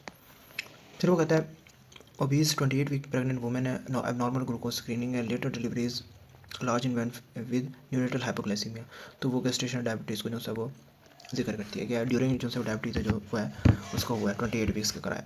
Women with long standing diabetes enter pregnancy with poor first trimester control, तो उसको क्या है ये pre gestational है और साथ उसमें जो सा कंजेंटल मालफॉर्मेशन देख सकते हैं। हाइपरटेंसिव प्रेगनेंसी क्या होती है, उसके अंदर हमारे chronic hypertension, gestational hypertension, pre eclampsia, very important एक MCQ इसमें से भी आएगा लाजमी। अब प्री क्लैम्सिया क्या होता है, एक्लैम्सिया क्या होता है, ये मैंने सारी चीज़ें पढ़नी है। अब पहले आपने प्री क्लैम्सिया को देखना है और एक्लैम्सिया को देखना है। अब प्री क्लैम्सिया 20 वीक्स के बाद जैसे वो हाइपरटेंशन होना स्टार्ट हो जाता है, ठीक है। अब प्री क्लैम्सिया में आपको प्रोटीन यूरिया और एंड ऑर्गन डैमेज देखने को मिल रहा होता है प्री क्लैम्सिया के अंदर, ठीक है। तो इसके अंदर आपको ये चीज़ें देखने को मिल रही होती हैं। क्यों? क्योंकि आपके जो प्लेसेंटा से रिलेटेड होता है कि प्लेसेंटा और मैटरनल ब्लड वेसल्स हैं उसमें अब नॉर्मली जो है वो प्रोसेसिंग हो रही होती है, जिसकी वजह से जो मदर के वेसल्स होते हैं वो कंस्ट्रिक्ट हो जाते हैं और ऑर्गन जो होता है वो आपके बेबी के अंदर अफेक्ट हो जाते हैं, और जिसे हम क्या कहते हैं प्री एक्लेम्सिया, ठीक है ना। अब BP हाई क्यों होता है, बिकॉज ऑफ वेसल जो होता है वो कंस्ट्रिक्ट कर जाते हैं, इसलिए जो है वो प्रेशर बढ़ता चला जाता है। और प्रोटीन यूरिया क्या होता है, क्योंकि जो किडनी होती है वो सबसे ज़्यादा आपके वेसल्स कंस्ट्रिक्शन की वजह से आपकी जो किडनी है उसको ज़्यादा अफेक्ट पड़ता है और प्रोटीन जो होता है वो यूरिन के अंदर जो है वो निकलना स्टार्ट हो जाता है। इसी वजह से हेडेक और विजुअल सिस्टम जो होते हैं वो आ रहे होते हैं, बिकॉज आपकी जो ब्रेन की सर्कुलेशन है वो अफेक्ट हो रही होती हैं और आपको जो है वो right upper quadrant pen, headache, visual change, right upper quadrant pen, hypertension, ये सारी चीज़ें जो सब हमें देखने को मिल रही होती हैं, which is pre eclampsia after 20 weeks, ठीक है। फिर आ जाता है आपका एक्लेम्सिया क्या होता है, आपका प्री एक्लेम्सिया के साथ अगर इन सारी चीज़ों के अंदर आपका सीजर्स आ जाए, इन सारी चीज़ों के साथ आपका सीज़र आ जाए, झटके लगना, उसे हम एक्लेम्सिया कहते हैं। और इसके अंदर मैग्नीशियम सल्फेट क्यों देते हैं, वो आपके जो सीजर्स होते हैं उनको जो है वो उनको ठीक कर रहा होता है। तो जो मैग्नीशियम सल्फेट होता है वो आपका सीजर्स की जो है वो प्रिवेंशन जो है वो होता है, ठीक है। So HELLP is severe eclampsia variant, हमारे ना बुक के ऊपर ये जो है ना वो अच्छे से करके लिखा हुआ है हेल्प, एक मिनट, चलिए हम कहाँ थे, हेल्प सिंड्रोम बस के निमोनिक आपने याद रखना है, वो बुक के ऊपर भी लिखा हुआ है कि हेमोलाइसिस या break down of red blood cells, elevated liver enzyme और लो प्लेटलेट काउंट, तो ये तीनों चीज़ें जो सब हमने देखनी होती हैं। यानी कि इसका मतलब से भी होता है हेल्प सिंड्रोम का कि जो आपकी बीमारी है वो सिर्फ ये नहीं है कि आपका सवेयर, ये आपका सवेयर प्रीक्लेम्सिया की जो से वो शो कर रहा है, ठीक है। तो डिजीज़ अब जो है वो बीपी तक लिमिटेड नहीं रही, बल्कि जो है वो सिस्टमिक जो से डैमेज है वो भी कर रही है, ठीक है। तो एक्लेम्सिया को अगर आपने डायग्नोज करना है तो उसके अंदर आपकी प्रीक्लेम्सिया आ जाती है, ठीक है। प्रीक्लेम्सिया आ जाएगा प्लस आपका सीजर आ जाएगा, तो वो आपका एक्लेम्सिया हो जाएगा। बाकी ट्रीटमेंट के अंदर हमने मैग्नीशियम सल्फेट जो मैंने आपको बता दिया कि देते हैं, बिकॉज जो डिजीज़ होती है वो आपकी सेंट्रल नर्वस सिस्टम को इरिटेट कर रही होती है, और सीजर जो है तो उसका रिस्क बढ़ा रही होती है। जो मैग्नीशियम होता है वो उसका रिस्क जो है वो कम कर रहा होता है, ठीक है।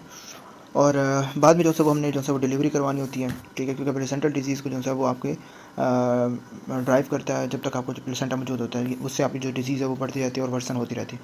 इससे फाइनली जो है वो हम क्या करवाते हैं, डिलीवरी वगैरह करवा लेते हैं, ठीक है। तो ऐसी वक्त है 32 वीक्स प्रेगनेंट पेशेंट है, उसको क्या हुआ, हेडेक हुआ, बीपी हुआ, प्रोटीनूरिया हुआ, राइट अपर कॉर्डन पेन। अब इसके अंदर किसी किस्म का भी सीजर का जिक्र नहीं है, तो आपने क्या बताना है, प्रीक्लेम्सिया। अगर वुमेन है उसे प्रीक्लेम्सिया यानी कि सारे फीचर्स दिए हों with develop tonic clonic scissor in labour आज डायग्नोसिस, तो उसका क्या होगा, इमीडिएट मैग्नीशियम थेरेपी, तो वो क्या आपका एक्लेम्सिया है, क्लियर। फिर आपके आ जाती है urinary tract infection and asymptomatic bacterium. अब प्रेगनेंसी के अंदर जो यूटी है उसका रिस्क इसलिए बढ़ जाता है क्योंकि आपके जो प्रोजेस्टेरोन होते हैं वो आपके स्मूथ मसल्स को क्या कर रहे होते हैं, रिलैक्स कर रहे होते हैं, ठीक है। क्या आपकी जो प्रोजेस्टेरोन है वो आपके स्मूथ मसल्स को रिलैक्स कर रहे होते हैं, जिसकी वजह से जो यूट्रस है वो आपकी कंप्रेस कर देती है आपकी यूरिनरी ट्रैक्ट को, ठीक है, यानी कि यूरिनरी ट्रैक्ट के ऊपर जो है वो प्रेशर डाल होती है। अब इससे यूरिन का जो फ्लो होता है वो क्या हो जाता है, स्लो हो जाता है, यूरिनरी स्टेसिस होना स्टार्ट हो जाता है। उसके अंदर जो बैक्टीरिया होते हैं वो आपके यूटी का यानी इन्फेक्शन और बैक्टीरिया काज करने के चांसेस ज़्यादा हो जाते हैं। Asymptomatic bacteria matters in pregnancy because it can progress to pyelonephritis. Asymptomatic bacteria का क्या मतलब है कि यूरिन के अंदर जो बैक्टीरिया मौजूद होते हैं वो आपके पेशेंट को सिम्टम्स ना आते, लेकिन प्रेगनेंसी में आगे चल के आपको पायलोनेफ्राइटिस जैसी जो बीमारी है उसमें जो है वो प्रोग्रेस कर सकें, ठीक है। तो एसिम्प्टोमेटिक बैक्टीरिया के अंदर यूरिनरी सिम्टम्स आपको देखने को मिले होते हैं, किसी किस्म की डिस्यूरिया, फ्रीक्वेंसी अर्जेंसी नहीं होती, लेकिन क्योंकि इसके अंदर जो इन्फेक्शन या कोलोनाइजेशन होती है वो आपकी लो होती है, इसी वजह से इन्फ्लेमेशन जो है वो सिम्टोमेटिक नहीं होते। फिर वो कहते हैं lower UTI causes dysuria, frequency, pyelonephritis adds fever, flank pain and systemic illness. Lower UTI या सिस्टाइटिस यानी कि इन्फ्लेमेशन ऑफ द ब्लेडर, उसके अंदर जो सब आपको डिस्यूरिया, फ्रीक्वेंसी जैसे देखने को मिल रहे होते हैं, क्योंकि ब्लेडर और जो लोअर यूरिनरी ट्रैक्ट है उसका जो म्यूकोजा होता है वो आपका इन्फ्लेम्ड होता है, और उनके जो सारा म्यूकोजा होता है वो आपका सेम आपका जो ट्रांजिशनल सेल होता है उनसे जो होता है वो बना होता है, एपिथेलियम से, ठीक है। फिर वो कहता है treatment with pregnancy, safe antibiotic follow up culture when needed, यानी कि आपने जो सा होता है वो अपने रूटीन जो होता है वो स्क्रीनिंग करनी होती है। जो प्रेगनेंसी है उसमें एंटीनेटल केयर के दौरान आपने यूरिन स्क्रीनिंग भी करवानी होती है, ताकि जो एसिम्प्टोमेटिक बैक्टीरिया है वो भी आपको जो है वो मिल सकें। इसके अलावा आपने जो पॉजिटिव यूरिन कल्चर जो है वो अगर प्रेग्नेंट वुमेन है उसको सिम्टम्स नहीं है लेकिन उस स्क्रीनिंग कल्चर पॉजिटिव है तो आपने डायग्नोज क्या करना होता है, एसिम्प्टोमेटिक बैक्टीरिया, ठीक है। इसके अलावा इसमें एक और चीज़ है, nitrate positive urine. Nitrate positive urine जो होता है वो जो प्रेग्नेंट वुमेन होता है उसके अंदर जो है वो देखा जाता है। इसमें क्या होता है, जो बैक्टीरिया होता है उसकी प्रेगनेंस को जो होता है वो शो कर रहा होता है, इसलिए इसमें जो यूटीआई उसकी जो सस्पिशन है वो ज़्यादा होती है। फीवर प्लस सीवीए टेंडरनेस जस्ट अपर ट्रैक्ट इन्फेक्शन, यानी अगर प्रेग्नेंट वीमेन में पेशेंट को फीवर है, सीवियर टेंडरनेस है, तो डायग्नोज क्या होगा, अपर यूरिनरी ट्रैक्ट या पायलोनेफ्राइटिस। ये दोनों चीज़ें जो सब हो सकती हैं। फिर इसके अलावा आ जाता है आपका, इसमें आपका जो ट्रीटमेंट होता है वो आपका एसिम्प्टोमेटिक, अगर आपने ट्रीटमेंट को ट्रीट करना है तो पहले आपने जो है वो एंटीबायोटिक्स वगैरह जो है वो देनी है, ठीक है, और जो प्रेगनेंसी के अंदर सेफ़ हो, ठीक है, और उसके बाद जो है वो आपने फॉलोअप करवाना होता है कल्चर सेंसिटिविटी के लिए। तो यहाँ पे जो है वो लिखा हुआ है प्रेग्नेंट वुमेन है उसको कोई सिम्टम्स नहीं है बट स्क्रीनिंग आपकी पॉजिटिव है, तो उसके अंदर क्या हो सकता है, एसिम्प्टोमेटिक बैक्टीरिया इन प्रेगनेंसी, और उसको क्या है, ट्रीटमेंट देना है। सेकंड ट्राइमेस्टर पेशेंट को क्या फीवर है, फ्लैग पेन है, नोजिया है, सीवियर टेंडरनेस है, और वो क्या है, पायलोनेफ्राइटिस इन प्रेगनेंसी, जो हम अभी ऊपर पढ़ के हैं ये पॉइंट, ठीक हो गया। तो अगर आपने याद रखना कि प्रोजेस्टेरोन जो होता है वो आपको रिलैक्स कर रहा होता है, यूरिन को क्या कर रहा होता है, कंप्रेस, जिसकी वजह से यूरिन जो होता है वो आपका रुक जाता है, उसकी स्टेसिस होना स्टार्ट हो जाती है, बैक्टीरियल ग्रोथ ज़्यादा हो जाती है और यूटीआई के रिस्क ज़्यादा हो जाते हैं। अगर सिम्टम नहीं शो हो रहे तो इट मीन्स एसिम्प्टोमेटिक बैक्टीरिया, लेकिन लेटर ऑन जो होता है वो आपको साइंस जो होता है वो होना स्टार्ट हो जाते हैं। डिसयूरिया है, फ्रीक्वेंसी है तो वो लोअर यूटीआई की तरफ जाता है, फीवर है, फ्लैग पेन है, सीवियर टेंडरनेस है तो वो क्या है, पायलोनेफ्राइटिस। नींद इतनी आ रही है ना। फिर आ जाती है इंट्राहेपेटिक कोलेस्टेसिस, यहाँ पे एक दफ़ा खुद देख लीजिएगा। Acute fatty liver in pregnancy normal है। बेसिकली आपने जो है ये दो चीज़ें जो है वो याद रखनी है, एक अबॉर्शन और एक आपने क्लम्सिया प्रीक्लम्सिया की जो सी डिजीज़ है, यानी हाइपरटेंसिव कंडीशंस, और आपने जो आपकी ये यूटीआई भी इंपॉर्टेंट है, और अबॉर्शन, ये दो चीज़ें जो है वो आपने लाजमी याद रखनी है, ठीक है। फिर आपका जाता है एक्टोपिक प्रेगनेंसी। बाकी आपने पढ़ना सारा है, ये ना हो आप ना पढ़ें, लेकिन साथ साथ एक्टोपिक प्रेगनेंसी का क्या मतलब होता है कि आपकी एक्चुअल यूट्रस से हट के कहीं और जो सा वो आपकी प्रेगनेंसी हो रही हो, ठीक है ना, जिससे आपको जो सा वो पेशेंट को माइनर जो कंडीशंस हैं, ये चीज़ें हैं जो सा वो फेस करने को मिल रही हो। वो कहता है एक्टोपिक प्रेगनेंसी के अंदर इम्प्लांटेशन हो लेकिन यूट्राइन कैविटी से बाहर। सो मोस्ट ऑफन इन कहाँ पे, फैलोपियन ट्यूब में, ये मोस्ट कॉमनली पूछा जाता है। Classically present as early pregnancy with amenorrhoea, pelvic pain and vaginal bleeding, ये इंपॉर्टेंट पॉइंट है। रिस्क फैक्टर में वो कहता है एक्टोपिक है, पेल्विक इन्फ्लेमेटरी डिजीज़ है, ट्यूबल सर्जरी है, इनफर्टिलिटी ट्रीटमेंट एंड स्मोकिंग। मतलब रिस्क फैक्टर के अंदर आपने, अगर आपको ये चीज़ें पेशेंट के अंदर मिल रही हैं कि वो पहले स्मोकिंग वगैरह करती थी या उनको इनफर्टिलिटी का उन्होंने ट्रीटमेंट वगैरह लिया है, तो वो आपने जो है वो देखना होता है।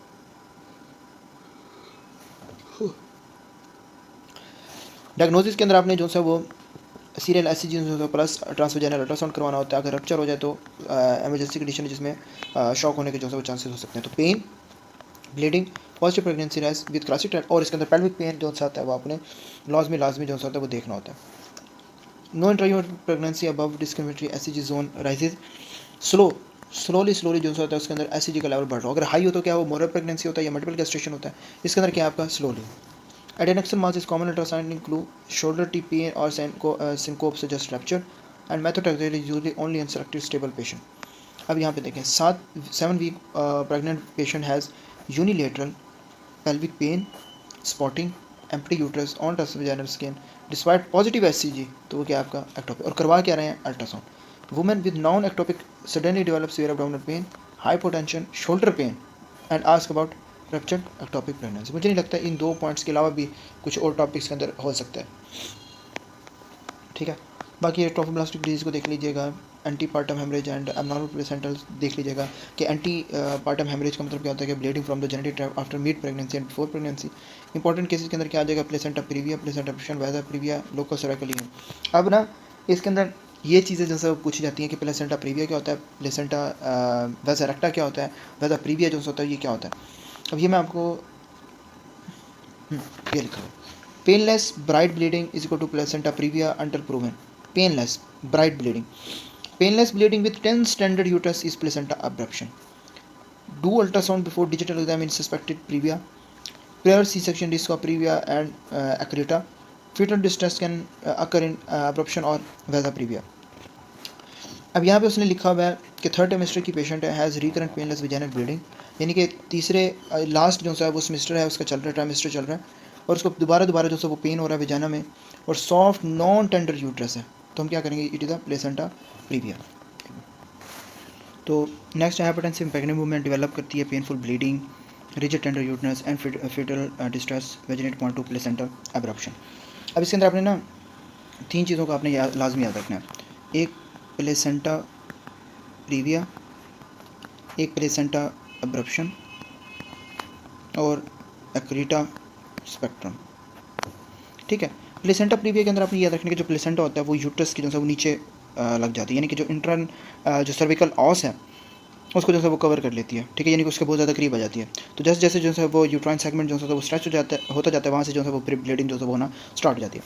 प्लेसेंटल जो अब्रप्शन है उसका मतलब क्या होता है कि नॉर्मली जो प्लेसेंटा होता है वो डिलीवरी से पहले जो यूट्राइन वॉल है ये उससे जो है वो जल्दी सेपरेट हो जाता है और यूट्रस के अंदर जो है वो ब्लीडिंग करना स्टार्ट हो जाता है, जिसकी वजह से फिटस के ऑक्सीजन या न्यूट्रिएंट्स हैं वो कंप्रोमाइज़ हो जाते हैं। फिर एक्रीटा है, उसके अंदर जो प्लेसेंटा है उसकी जो यूट्रस है, प्लेसेंटा जो है वो यूट्रस वॉल के साथ जो होता है वो स्ट्रांगली जो है वो अटैच हो जाता है, ठीक है, और डिलीवरी की वजह से वो आसानी से जो है वो सेपरेट नहीं हो रहा होता, जैसे प्लेसेंटा एब्रप्शन में पहले से ही हो जाता है, इसके अंदर जो है वो नहीं हो रहा था। तो प्रेगनेंसी में जो है वहाँ फिर आपको प्लेसेंटा प्रीविया या जो प्रीवियस सिजेरियन डिलीवरी है वो फिर आपको करनी पड़ती है, ठीक है। तो जो प्लेसेंटा प्रीविया उसके अंदर आपको सडन पेनलेस जो सी मैंने आपको बताया कि ब्राइट रेड जो होता है वो ब्लीडिंग जो है वो मिल रही होती है, ठीक है, सेकंड या थर्ड ट्राइमेस्टर में, सेकंड या थर्ड ट्राइमेस्टर के अंदर जो है वो हमें देखने को मिल रही है। अब्रप्शन के अंदर जो है वो ब्लीडिंग होती है, उसके साथ अक्सर जो है वो एब्डोमिनल पेन और यूट्राइन टेंडर्स जो है वो देखने को मिल रही होती है। ये तो ये पॉइंट जो है वो आपने लाजमी याद रखने हैं। फिर आ जाते हैं आपकी मल्टीपल गेस्टेशन। 1 मिनट यार, और आप रूम लॉक करके अगर आप कुछ कर रहे हैं ना तो इसका मतलब ये है कि पता नहीं वो केंद्र पता नहीं की कर रहे हैं साढ़ा मुंडा, ठीक है। तो घर में रहा घर में, क्योंकि मैं घर में आया हूँ तो इसलिए मुझसे जो है ना वो ये जो रिवीजन है और टाइमली जो सा लेक्चर है वो अपलोड नहीं होता सही तरीके से। खैर मल्टीपल गेस्टेशन का मतलब क्या होता है कि एक प्रेगनेंसी के साथ साथ जो होता है वो आपका मल्टीपल प्रेगनेंसी जो है वो होना, यानी कि एक फिटस के साथ जो है वो आपका ट्विंस हो जाना, यानी कि मल्टीपल हो जाना। पहले एक प्रेगनेंसी है तो उसको हम कहते हैं, मतलब सिंपल अगर ट्विंस हो रहे हैं तो हम उसको क्या कहते हैं कि मल्टीपल गेस्टेशन हो जाना, यानी जो आपकी उसकी वजह से जो आपकी प्लेसेंटल डिमांड्स हैं वो आपकी बढ़ जाती हैं, बॉडी के ऊपर जो हेमोडायनामिक लोड है वो आपका ज़्यादा हो जाता है। ठीक है, और इसके अंदर आपको preterm birth, anaemia, pre-eclampsia, multiple जो है वो कंडीशन अगर आपको देखने को मिल रही होती हैं। ठीक है ना। और इसमें एक इंपॉर्टेंट चीज़ होती है which is twin to twin syndrome और ट्रांसफ्यूजन सिंड्रोम और एसिमेट्रिक फ्लूइड प्रॉब्लम जो है वो देखने को मिल रही होती है। तो मल्टीपल गेस्टेशन का क्या मतलब होता है कि pregnancy with more than one fetus, risk involve reproduction, maternal growth, family history, dizygotic twins, complication में आपको birth, growth problem, preeclampsia, anaemia, यानी कि हेमोडायनामिक की जितनी चीज़ें वो आपको देखने को मिल रही होती हैं। यूट्रस जो है तो वो लार्ज होती है देन डेट्स, हाई एससीजी हो रहा होता है, ये मैंने आपको पहले पीछे पढ़ाया। Monochronic twins have higher complication risk, 20 transfusion occur only in monochronic pregnancy and preterm is the most common major complication. अब इसके अंदर साइन एंड सिम्टम्स क्या होते हैं कि जो पेशेंट होता है ना वो आपके पास आता है और अक्सर जो होता है उनको लार्ज फॉर डेट्स होती है, यानी कि women I after ovulation induction have severe nausea हो रहा है, लॉज फॉर डेट्स यूट्रस है, यानी कि डेट से पहले उसकी जो यूट्रस है उसका साइज बढ़ाओ, अल्ट्रासाउंड के ऊपर जो है 2 फिटस नजर आ रहे हैं, तो आज diagnosis major obstetric risk of twins. Ultrasound in monochronic twins show one polyhydramnionic sac and one oligohydramnionic sac. MCQs is 20 transfusion syndrome.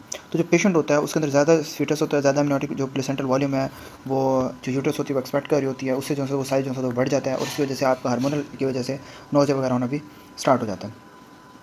Diagnosis में हमने प्री नेटल जो सा वो अल्ट्रासाउंड जो सा वो करवाना होता है, क्योंकि कंफर्म करना होता है कि आपकी जो फीटस है वो आपकी क्रोनोसिटी है या उनकी जो क्रोनोसिटी है, यानी कि आपका जो प्लेसेंटा है वो एक है या दो है, या अम्नियोसिटी जो अम्नियोटिक फ्लूइड है वो दोनों में है या नहीं है, उनकी जो ग्रोथ है फ्लूइड है उसका पैटर्न क्या जा रहा है, तो हमने वो जो सा वो देखना होता है। बाकी मैनेजमेंट के अंदर जो होता है वो आपने प्री नेटल मॉनिटरिंग करनी होती है प्रेगनेंसीज के अंदर। ठीक है ना। और प्रीक्लेम्सिया और इन जो फिटल कॉम्प्लिकेशन है उनको कंट्रोल आउट करना होता है। फिटल ग्रोथ रिटार्डेशन देख लीजिएगा मैक्रोस में। अभी पॉलीहाइड्रोमिनास आपको ऑलरेडी पता है कि पॉलीहाइड्रोमिनास के अंदर जो है वो एक्सेसिव फ्लूइड हमें देखने को मिल रहा है कि एमनियोटिक फ्लूइड ज़्यादा हो जाता है, और ये तब होता है जब आपका जो फिटस है वो फ्लूइड को नॉर्मली तरह से जो है वो स्वैलो नहीं कर रहा होता है, जिसकी वजह से फ्लूइड प्रोडक्शन ज़्यादा हो जाती है, और इसकी वजह से आपको जो है मेटरनल कॉमनली जो मेटरनल डायबिटीज़ है, फिटल नॉर्मलीज हैं जो फैक्ट कर रही है स्वेलिंग को, मल्टीपल गेस्टेशन या एडियोपैथिकली जो है वो कॉमन होता है, लेकिन कॉमनली आपको मेटरनल डायबिटीज़ और फिटल नॉर्मलीज जो है वो देखने को मिल रही होती है, जिसके अंदर आपको जो स्वेलिंग है, यानी कि बच्चा जो है वो यूरिन को जो है स्वेल करना चाह रहा होता है वो नहीं कर रहा होता। ठीक है, और मोस्ट कॉमनली मल्टीपल गेस्टेशन के जो होते हैं उसके अंदर हो रहा होता है। बाकी जो पेशेंट है डायबिटिक प्रेग्नेंट है वो आपके पास आती है, women has dense large uterus, ultrasound with excessive fluid which is polyhydramnios and fetus with oesophageal atresia. अब वो नहीं कर रहा होता तो उसकी वजह से आपको जो है वो अगर आपका लंग्स अगर पल्मोनरी हाइपोप्लेजिया की हिस्ट्री मिल रही है तो वो भी आपको जो है sorry which is not oligo, it's a poly, so इसमें क्लासिकल कॉज ऑफ डेथ होती है, और इसके अंदर जो होता है वो पेशेंट होता है उसके अंदर एक्सेसिव फ्लूइड जो होता है। ओलिगो के अंदर वही आपको जो मैंने पोर्टर सीक्वेंस जो वो मैंने आपको बताया था उसकी हिस्ट्री हो रही होती है कि इसके अंदर जो पेशेंट होता है वो अपने जो इम्यूनिटी फ्लूइड है वो ज़्यादा कम हो जाता है बिकॉज ऑफ प्लेसेंटल इनसफिशिएंसी या रप्चर ऑफ मेम्ब्रेन या पोस्ट टर्म प्रेगनेंसी या जो फीटल रीनल है उसका जो प्रॉब्लम होना स्टार्ट हो जाए। ठीक है, अब इसके अंदर आपके पास अगर वुमेन आती है और अगर आपको कहती है reduce movement and skin showing low amniotic fluid, अगर आपका अच्छा मैं वही टॉपिक आपको करवा रहा हूँ जो टॉपिक आपकी जो से इंपॉर्टेंट है एग्जाम के लिए। ठीक है, अच्छा तो वो कहता है कि post term pregnancy has reduce movement skin showing low amniotic fluid, और वो पूछे कि ओलिगोहाइड्रोमिनास है फ्रॉम द प्लेसेंटा, यानी कि पोस्ट टर्म प्रेगनेंसी है, यानी कि प्रेगनेंसी होगी उसके बाद मूवमेंट उसकी रिड्यूस होगी, स्किन के ऊपर आपको इम्यूनिटी फ्लूइड लो नज़र आ रहा है, तो वो किसकी तरफ इशारा कर रहा है? ओलिगोहाइड्रोमिनास, यानी कि प्रेगनेंसी कम फ्लूइड कम तो ओलिगोहाइड्रोमिनास। ठीक है, अगर वो कहता है कि फीटस है एब्सेंट किडनी, वही सवेरे ओलिगोहाइड्रोमिनास डेवलप पल्मोनरी हाइपोप्लेजिया, और आपको पता है कि आपकी जो पॉलीहाइड्रोमिनास है उसके अंदर जो ओलिगोहाइड्रोमिनास है उसके अंदर पोर्टर सीक्वेंस में सबसे मोस्ट कॉमन जो बीमारी होती है जिसके अंदर आपका जो पल्मोनरी हाइपोप्लेजिया होता है वो सबसे ज़्यादा आपको देखा जाता है। ठीक है, तो कंडीशन जो है तो आपने इस तरीके से याद रखने का। बाकी साइन सिम्टम्स के अंदर जो फ्लूइड है फंडल हाइट है वो देखो कौन।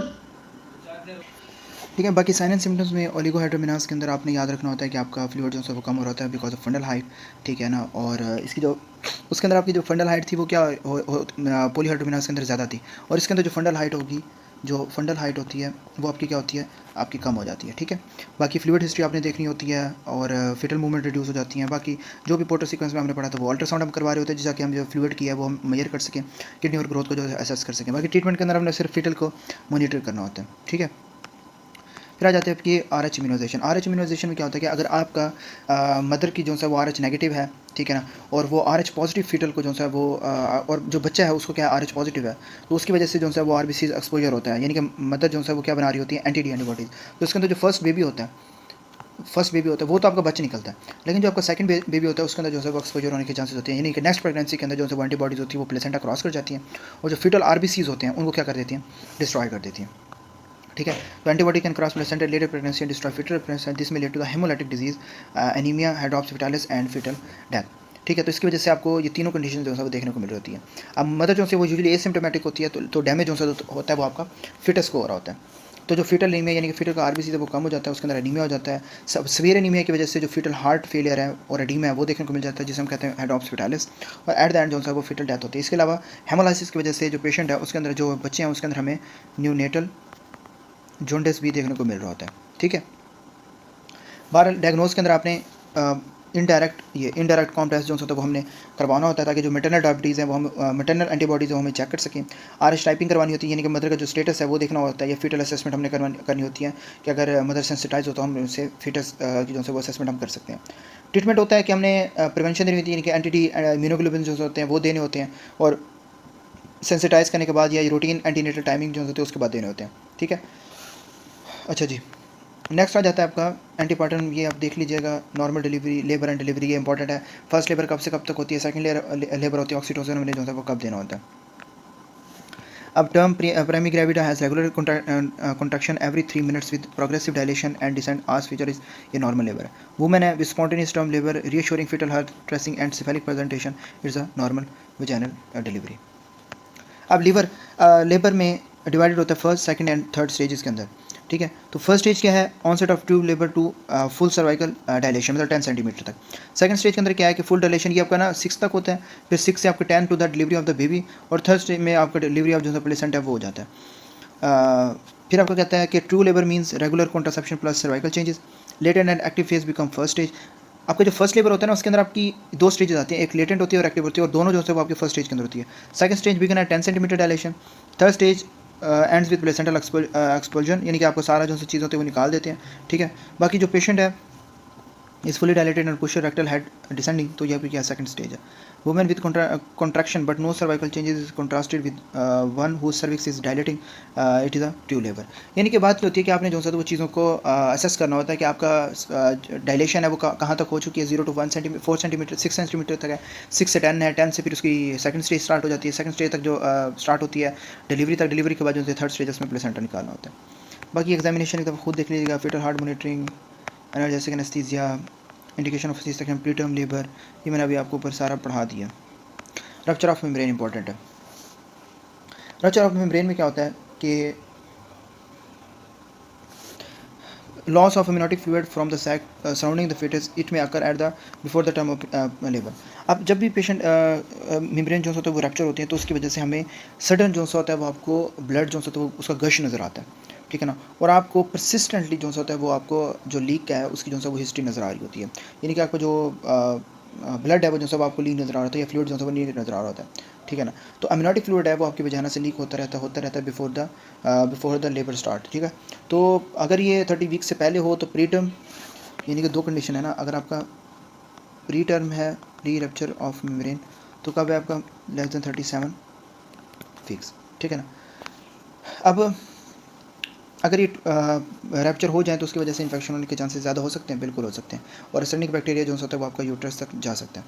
अगर प्री रप्चर ऑफ मेम्ब्रेन जो होता है वो आपका प्री टर्म हो तो आपकी जो है वो जो प्री टर्म जो है डिलीवरी है उसका जो है वो रिस्क ज़्यादा हो जाता है।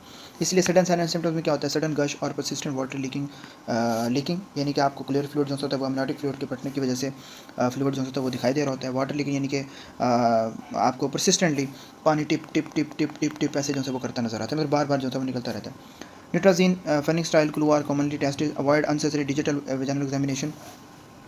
अब प्री रप्चर ऑफ मेम्ब्रेन में जो है वो लेबर होते वक्त से 24 घंटे के अंदर अंदर जो है वो हो जाता है। Fever, foul discharge, abdominal pain होना स्टार्ट होता है, ब्रैडीकार्डिया होना स्टार्ट हो जाता है, जो पेशेंट होता है वो हाइपोटेंसिव जो है वो कंडीशन के अंदर चला जाता है। अब डायग्नोज हम इसमें क्या कर सकते हैं? डायग्नोज के अंदर आपने स्टीराइल स्पेकुलम जो है वो एग्जामिनेशन करनी होती है, स्टीराइल स्पेकुलम एग्जामिनेशन, ठीक है ना, क्योंकि इससे जो है वो सर्विक्स का जो फ्लूइड है वो डायरेक्टली जो है वो देखा जा सकता है और इन्फेक्शन को जो होता है वो जो रिस्क होता है फ्रॉम द डिजिटल एग्जामिनेशन जो हम कर रहे होते हैं अपनी उंगलियों से, वो आपका काम हो सकता है।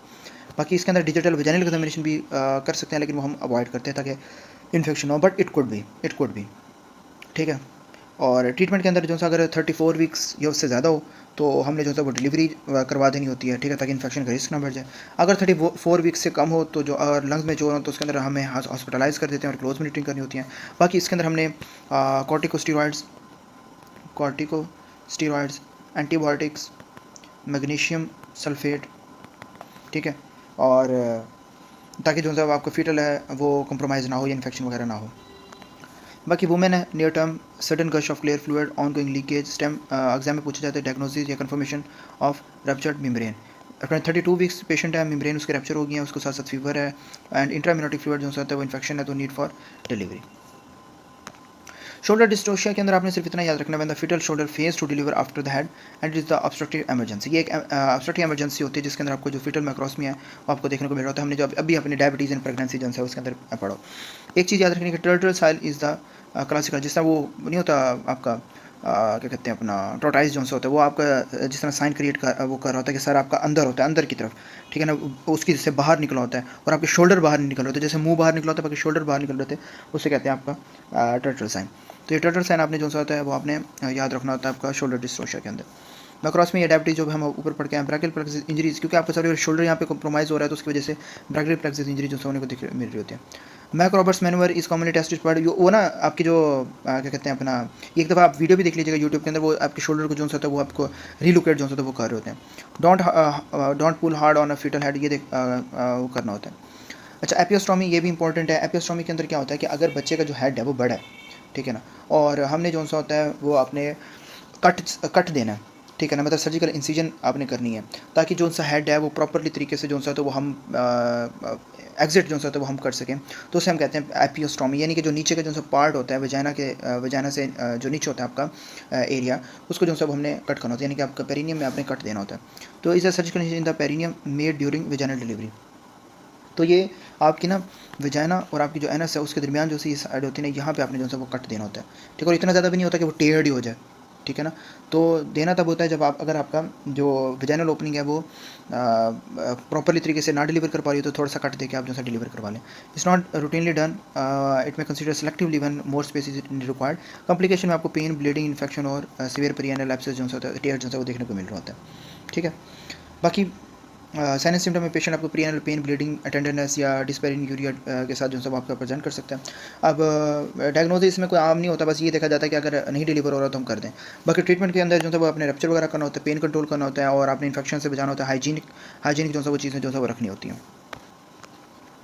फिर आपका आ जाता है यूट्रीन रप्चर। यूट्रीन रप्चर जो होता है वो टेयर होता है uterine wall, usually during labour often previous uterine scar. इसकी ना आपने पढ़नी है कि it is catastrophic for both mother and fetus. अब कहने का मकसद सिर्फ ये होता है कि आपकी प्रीवियसली जो होता है वो यूट्रीन रप्चर जो होता है वो आपको स्कार शो कर रही हो, which is the strongest clue, और सडन जो होता है वो फीटल की ब्रैडीकार्डिया हो जाए लेबर के अंदर in common presentation, loss of sensation और पाल्पेबल फीटस पार्ट जो है वो हमें नजर आना स्टार्ट हो जाए, और मैटरनल कोलैप्स या हेमरेज की जो है वो हिस्ट्री नजर आए। So this is the emergency condition जिसके अंदर आपने डिलीवरी करनी होती है, ठीक है। अगर आपकी जो सी है रूटीन रप्चर हो तो वुमेन आपके पास आए और उसको जो है वो आपके सडन जो है वो सीवियर पेन हो, सी सेक्शन में जो है तो हमने and fetal bradycardia classic uterine rupture, आपने सीधा आपने सी सेक्शन की तरफ जो है जाना होता है यूट्रीन रप्चर के अंदर। तो during labour presenting part suddenly recede and maternal shock develop and ask for immediate diagnose, और आपने क्या करनी होती है, लेप्रोटमी जो है वो करनी होती है शॉक से बचाने के लिए। फिर नेक्स्ट पढ़ते हैं, एक मिनट। अच्छा खैर, फेलियर टू प्रोग्रेस ये आपने देखने ना, इंटरम्यूनिक सेक्शन इंपॉर्टेंट नहीं है, कोई फिटल माल प्रेजेंटेशन नहीं। हाँ, एम्बेलिकल कॉर्ड जो है वो प्रोलैप्स जो है वो इंपॉर्टेंट होता है, इसको मैं आके पढ़ाता हूँ। अम्बिलिकल कॉर्ड प्रोलैप्स का क्या मतलब होता है कि अगर कभी भी जो बेबी है उससे पहले आपकी जो कॉर्ड है वो नीचे की तरफ आ जाए, या आपकी जो बेबी है वो आपके कॉर्ड को जो सा होता है वो आपको पकड़ ले, ठीक है, और दबा दे, तो उसकी वजह से जो सी आपकी ऑक्सीजन होती है ना वो कंप्रोमाइज़ हो जाती है। तो उसमें क्या होता है कि अक्सर जो वाटर होता है वो वहाँ से ब्रेक हो जाता है, और ब्रीच या जो सी माल प्रेजेंटेशन जो ब्रीच या जो माल प्रेजेंटेशन है उसके अंदर हमें जो सा वो देखने को मिल सकती है। आपके पास जो सा वो प्रेजेंटिंग पॉइंट्स हैं, उसके अंदर आपको सडन जो फीटल है वो ब्रेडिकार्डिया में हमें नजर आई, यानी कि कंप्रोमाइज फीटल ऑक्सीजन होना स्टार्ट हो जाता है कॉर्ड कंप्रेशन। इसके अंदर जो है वो फीटल हमें ब्रेडिकार्डिया देखने को मिले, वेरिएबल डिक्लेरेशन, और जो कॉर्ड होती है वो आपकी जो वजाना होती है उसके अंदर जो है वो विजिबल होना स्टार्ट हो जाती है, ठीक है। तो इस प्रोलैप्स के अंदर जो होता है हमने एमरजेंसी जो है वो मैनेजमेंट करनी होती है, जो कॉर्ड है उसका प्रेशर कम करना होता है, या हमने जो होता है वो अपने जो सी सेक्शन है, अगर प्रोबेबली मोस्ट कॉमन वो हो तो हमने सी सेक्शन करना होता है। Immediately after membrane rupture fetal bradycardia occur at a loop of cord is felt in the vagina, तो हमने क्या इसको क्या कहते हैं हम प्रोलैप्स, कॉर्ड प्रोलैप्स। अब ब्रीच पोजीशन होती है suddenly severe variable deceleration after rupture of membrane, तो उसके अंदर क्या होता है इमरजेंसी होती है, और अम्बिलिकल कॉर्ड होता है, हमने सी सेक्शन करना होता है। फिर आ जाता है आपका यूट्राइन की इन्वर्जन। इसमें क्या होता है कि यूट्रस होता है ना वो बिल्कुल अपनी पोजीशन चेंज करके ना आउटसाइड आ जाता है, यानी डिलीवरी के बाद जो है वो आउटसाइड जाता है, यानी कि थर्ड लेबर के अंदर जो होता है वो आपका यूट्राइन जो होता है, यूट्रस जो होता है वो बाहर की तरफ आना स्टार्ट हो जाता है, जिसकी वजह से आपको सीवियर ब्लीडिंग देखने को मिल रही होती है या हैवी ब्लीडिंग देखने को मिल रही होती है, या डिलीवरी के बाद जो होता है आपको इसके अलावा आपको शॉक शॉक की हिस्ट्री देखने को मिलती है, या जो सा ब्लड लॉस है वो आपका ज़्यादा होना स्टार्ट हो जाता है। तो जब भी आपका पेशेंट प्रेजेंट करे कि आपको उसको जो है वो डिलीवरी हुई और उसके बाद जो है वो सडन सडन जो है वो आपका कोलैप्स हो गया, या स्टिल आपको जो है वो हैवी ब्लीडिंग हो रही है, साथ साथ जो है वो यूट्रस जो है तो वो एब्डोमेन के अंदर फील नहीं हो रहा, यानी कि सबसे बात है उसका साइज़ बड़ा होता है और फील नहीं हो रहा, और बाहर की तरफ आपको जो है दिखाई दे रहा है, और वजाना के अंदर आपको रेड मास नज़र आ रहा है, तो it is the clue of uterine inversion. तो आपने इमीजिएटली जो सा उसका ट्रीटमेंट होता है वो आपने इमीजिएटली यूट्राइन जो होता है वो रिप्लेस करनी होती है, यानी कि उस जगह से आपने जिस जगह पे आई होती है उसको उसको अपनी जगह पे लेके जाना होता है, ठीक है ना। हाइपोटेंसिव कंडीशन से बचाने के लिए आपने फ्लूइड या ब्लड देना होता है, और हेमोरेजिक कंट्रोल आपने करना होता है। Very important, postmortem haemorrhage. Postmortem haemorrhage का मतलब क्या होता है कि डिलीवरी के बाद सबसे ज़्यादा जो है वो आपको ब्लीडिंग होना, ठीक है ना, और मोर देन 1000 ml, या आपको जो पेशेंट है उसके अंदर अगर बीपी हाइपोटेंसिव या हाइपोवोलेमिया के जो है वो साइन नजर आए विद इन द 24 आवर, तो उसके अंदर हो सकता है। और इसके अंदर जो सबसे कॉमन जो है वो कॉज होती है वो आपकी 4Ts आपने जो है वो अपने याद रखनी है, यूट्रेन अटॉनी, टिश्यूज़, ट्रॉमा और थ्रोम्बिन, ठीक है ना। यानी कि आपकी जो यूट्रीन अटॉनी का मतलब होता है कि आपकी जो यूट्रस होती है वो आपकी कॉन्टैक्ट ही नहीं कर पा रही होती, जब कॉन्टैक्ट ही नहीं कर पाती तो बेबी जो है वो डिलीवर नहीं हो जो है आपका जो है वो नॉर्मली जो है वो अपनी जो कंडीशन है अपनी जो नॉर्मल उसमें वो नहीं आ सकता, और फिर आपको जो अब्डोमेन है उसका भी साइज जो है वो आपको बड़ा ही होता है। तो डिलीवरी के बाद अगर यूट्रस है वो आपकी कॉन्टैक्ट ना हो, या यूट्रस जो है वो बॉगी ही रहे, uterine atony is the most common cause boggy in large uterus, ये आपने याद रखना, बॉगी इन लार्ज यूट्रस, ठीक है। तो उससे जो है वो आपकी ब्लड वेसल्स भी कम्प्रोमाइज़ हो सकती हैं, और ब्लीडिंग जो है वो होती रहती है। तो अगर हैवी ब्लीडिंग हो और सॉफ्ट, ये तो लफ्ज़ आपने याद रखना, यूट्रस हो, तो it is the condition of uterine atony and as the condition of postpartum haemorrhage, ठीक है। तो इसके अंदर हमें जो सा था प्लेसेंटा रिटेन मिल सकता है, जेनिटल ट्रैक्ट के मतलब उसके अंदर जो है वो आपको जितने भी जेनिटल ट्रैक्ट्स होते हैं उसके अंदर आपको वो फटने के चांसेस होते हैं, यूट्राइन इन्वर्जन या फिर क्लॉटिंग का प्रॉब्लम हमें देखने को मिल रहा होता है। बाकी ऑक्सीटोसिन हमने पहले देना होता है ताकि इसकी कॉन्ट्रैक्शन हो सके, फ्लूइड देना होता है ताकि ब्लड की जो सी डिमांड है वो पूरी हो सके, यूट्राइन मसाज करना होता है, ऑक्सीटोसिन देना होता है, और टिश्यूज़ को जो है रिमूव आउट करना होता है। पोस्टमार्टम इन्फेक्शन ये भी इंपॉर्टेंट है, डिलीवरी के बाद इन्फेक्शन होने के चांसेस ना सबसे ज़्यादा होते हैं, इसलिए जो है ना उसे पूरा हाइजीनिकली जो है हमें देखना होता है। जिसने आई थिंक गायनी की रोटेशन की हो उसको ये एपियोस्टोमी और ये डिलीवरी, ये पोस्टमार्टम प्री टर्म, ये डिलीवरी और अबॉर्शन वगैरह, ये तो बहुत कॉमन सी चीज़ें जो है हमारे पास जो है प्रेजेंट होती हैं। तो डिलीवरी के बाद जो इन्फेक्शन होता है उसको पोस्टमार्टम इन्फेक्शन जो हम कह रहे होते हैं, जिसमें हमको एंडोमेट्राइटिस कॉमनली जो है वो देखने को मिल रहा है, जिसके अंदर यूट्रस की जो लाइनिंग होती है उसके अंदर इन्फेक्शन हो जाता है, ठीक है ना। और जो पेशेंट है उसको आपको फीवर, ठीक है, आपको फीवर ओके चलेगा नहीं, अच्छा एंडोमेट्राइटिस होता होना स्टार्ट, इसको एंडोमेट्राइटिस कहते हैं, बाउंड इन्फेक्शन यूटी या अंदर प्योरल इन्फेक्शन जो सब हमें देखने को मिल रहा होता है। अच्छा endometritis is commonly after caesarean delivery and present with fever, uterine tenderness and foul lochia. Patient कैसे प्रेजेंट कर सकता है? आपके पास fever, lower abdominal pain, uterine tenderness और फाउल स्मेलिंग लोकिया, यानी कि एंडोमेट्राइटिस की जो है वो क्लासिकल पिक्चर होती है which is foul smelling lochia. Management में आपने एंटीबायोटिक सपोर्टिव केयर या आपने जो है वो स्टैंडर्ड जो है पोस्टमार्टम यूट्राइन इन्फेक्शन की जो मैनेजमेंट आपने वो करनी होती है, ठीक है। बहरहाल इसके अंदर जो सीजेरियन सेक्शन है, प्रोलॉन्ग लेबर है या प्रोलॉन्ग रप्चर ऑफ मेम्ब्रेन है, उसका रिस्क जो होता है वो सबसे ज़्यादा होता है पोस्टमार्टम इन्फेक्शन के अंदर। ये देखिए यहाँ पे उसने वो मेंशन किया हुआ है कि 3 days women with 3 days after caesar having lower abdominal pain, uterine tenderness and foul lochia, तो वो क्या है आपका पोस्टमार्टम हेमरेज। आई थिंक मुझे लगता है इससे इससे इसके आगे तो कोई भी मुझे लगता है कि वो इसके अलावा तो कोई क्वेश्चन इस तरह से नहीं दे सकता, क्योंकि आपका सिनेरियो जो है वो आपको मैंने बता दिया यहाँ पे। चल क्यों नहीं, फिर इसके अलावा आ जाता है आपका, ये आपने खुद पढ़ना है। हाँ, शियान सिंड्रोम इंपॉर्टेंट है। ये मेरी पेंसिल नहीं चल रही, खैर आप यहाँ से देख लें। शियान सिंड्रोम जो होता है उसका मतलब क्या होता है कि आपका जो पोस्टमार्टम पिट्यूटरी नेक्रोसिस हो जाना। अब ये मैंने आपको एंडोक्राइन के अंदर भी पढ़ाया था कि जब आपकी डिलीवरी, आपका जब मतलब ड्यूरिंग प्रेगनेंसी आपको मैंने पीछे 1000 दफ़ा पढ़ा दिया है कि आपकी जो डिमांड है हीमोडायनेमिक डिमांड है वो आपकी ज़्यादा हो जाती है। आपको ब्लड चाहिए ज़्यादा होता है, ऑक्सीजन ज़्यादा होती है। क्यों? अकेली मदर नहीं होती, बच्चे के साथ भी आपने कंप्रोमाइज़ करना होता है। बच्चे को भी उस चीज़ की ज़रूरत होती है, क्योंकि बच्चा खुद से हर चीज़ नहीं कर रहा होता। सारा का सारा जो है वो अपने मदर के थ्रू ही देना होता है। ब्लड है, न्यूट्रेंट है, ऑक्सीजन है, कुछ भी है, वो आपकी मतलब जो डिमांड होती है वो ज़्यादा हो जाती है। अब जब डिलीवरी हो जाती है, अब सावधान सी बात है, वो आपका जो पिट्यूटरी ग्लैंड है वो उसी तरीके से डिमांड ज़्यादा होती है उसकी।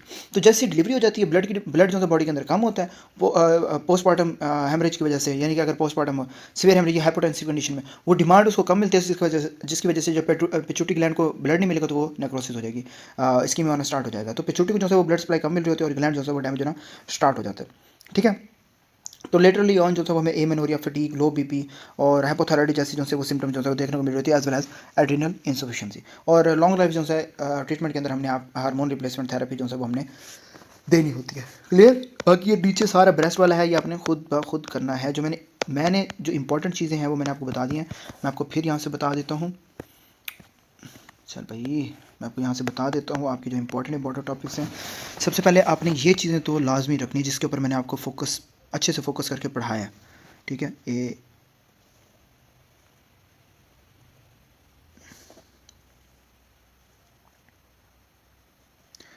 यहाँ तक, ये आप बेशक इसका स्क्रीनशॉट ले लें। इनमें से आपके ऑलमोस्ट भी आपके 2 से 3 क्वेश्चंस मस्ट हैं, बल्कि 4 क्वेश्चंस आप लगा लें, मस्ट हैं, ठीक है। फिर उसके अलावा आपके गेस्टेशन टोफो या एक्टोपिक प्रेगनेंसी और मोलर प्रेगनेंसी, इनमें से हेमरेजेस में से, ठीक है, और मल्टीपल फीटल ग्रोथ, ये पॉलीहाइड्रोमिनास, आर एच इम्यूनाइजेशन, ठीक है ना। और इसमें से आपके 2 क्वेश्चन मस्ट हैं। चलो जी, फिर ख़राब हो गई, ठीक है। फिर इसके अलावा आगे नीचे से आपके ये uterine rupture, failure to progress, अच्छा, umbilical cord prolapse, uterine inversion, postpartum haemorrhage, ये मस्ट है क्वेश्चन। यहाँ ना आया ना, एंडो में या दूसरी सर्जरी में लाजमी आएगा। अच्छा, इन्फेक्शन मैंने पढ़ा दिया, लेकिन इसमें से इतना नहीं आता। शियान सिंड्रोम बहुत इंपॉर्टेंट है, ठीक है ना। बाकी इतना कोई नहीं है, ये सारी चीज़ें मैंने आपको ब्रेस्ट में आपको ऑलरेडी पढ़ाई हुई है। एक दफ़ा आप जब वो लेक्चर देखेंगे तो वहाँ से आपको कवर हो जाएगा। आप इसकी सिर्फ डेफिनेशन भी देख लें तो इंपॉर्टेंट है, ठीक है। मल्टीपल गैस्ट्रेशन है, एबनॉर्मल प्लेसेंटेशन है, ट्रोफोब्लास्टिक डिजीज़ है, या आपकी एक्टोपिक प्रेगनेंसी है, ये इंपॉर्टेंट है। तो अपने यहाँ से एटलीस्ट भी जिस तरह मैंने आपको पढ़ाया, आपके 6 MCQ जो है वो इंशाल्लाह इसमें से लाजमी आएंगे।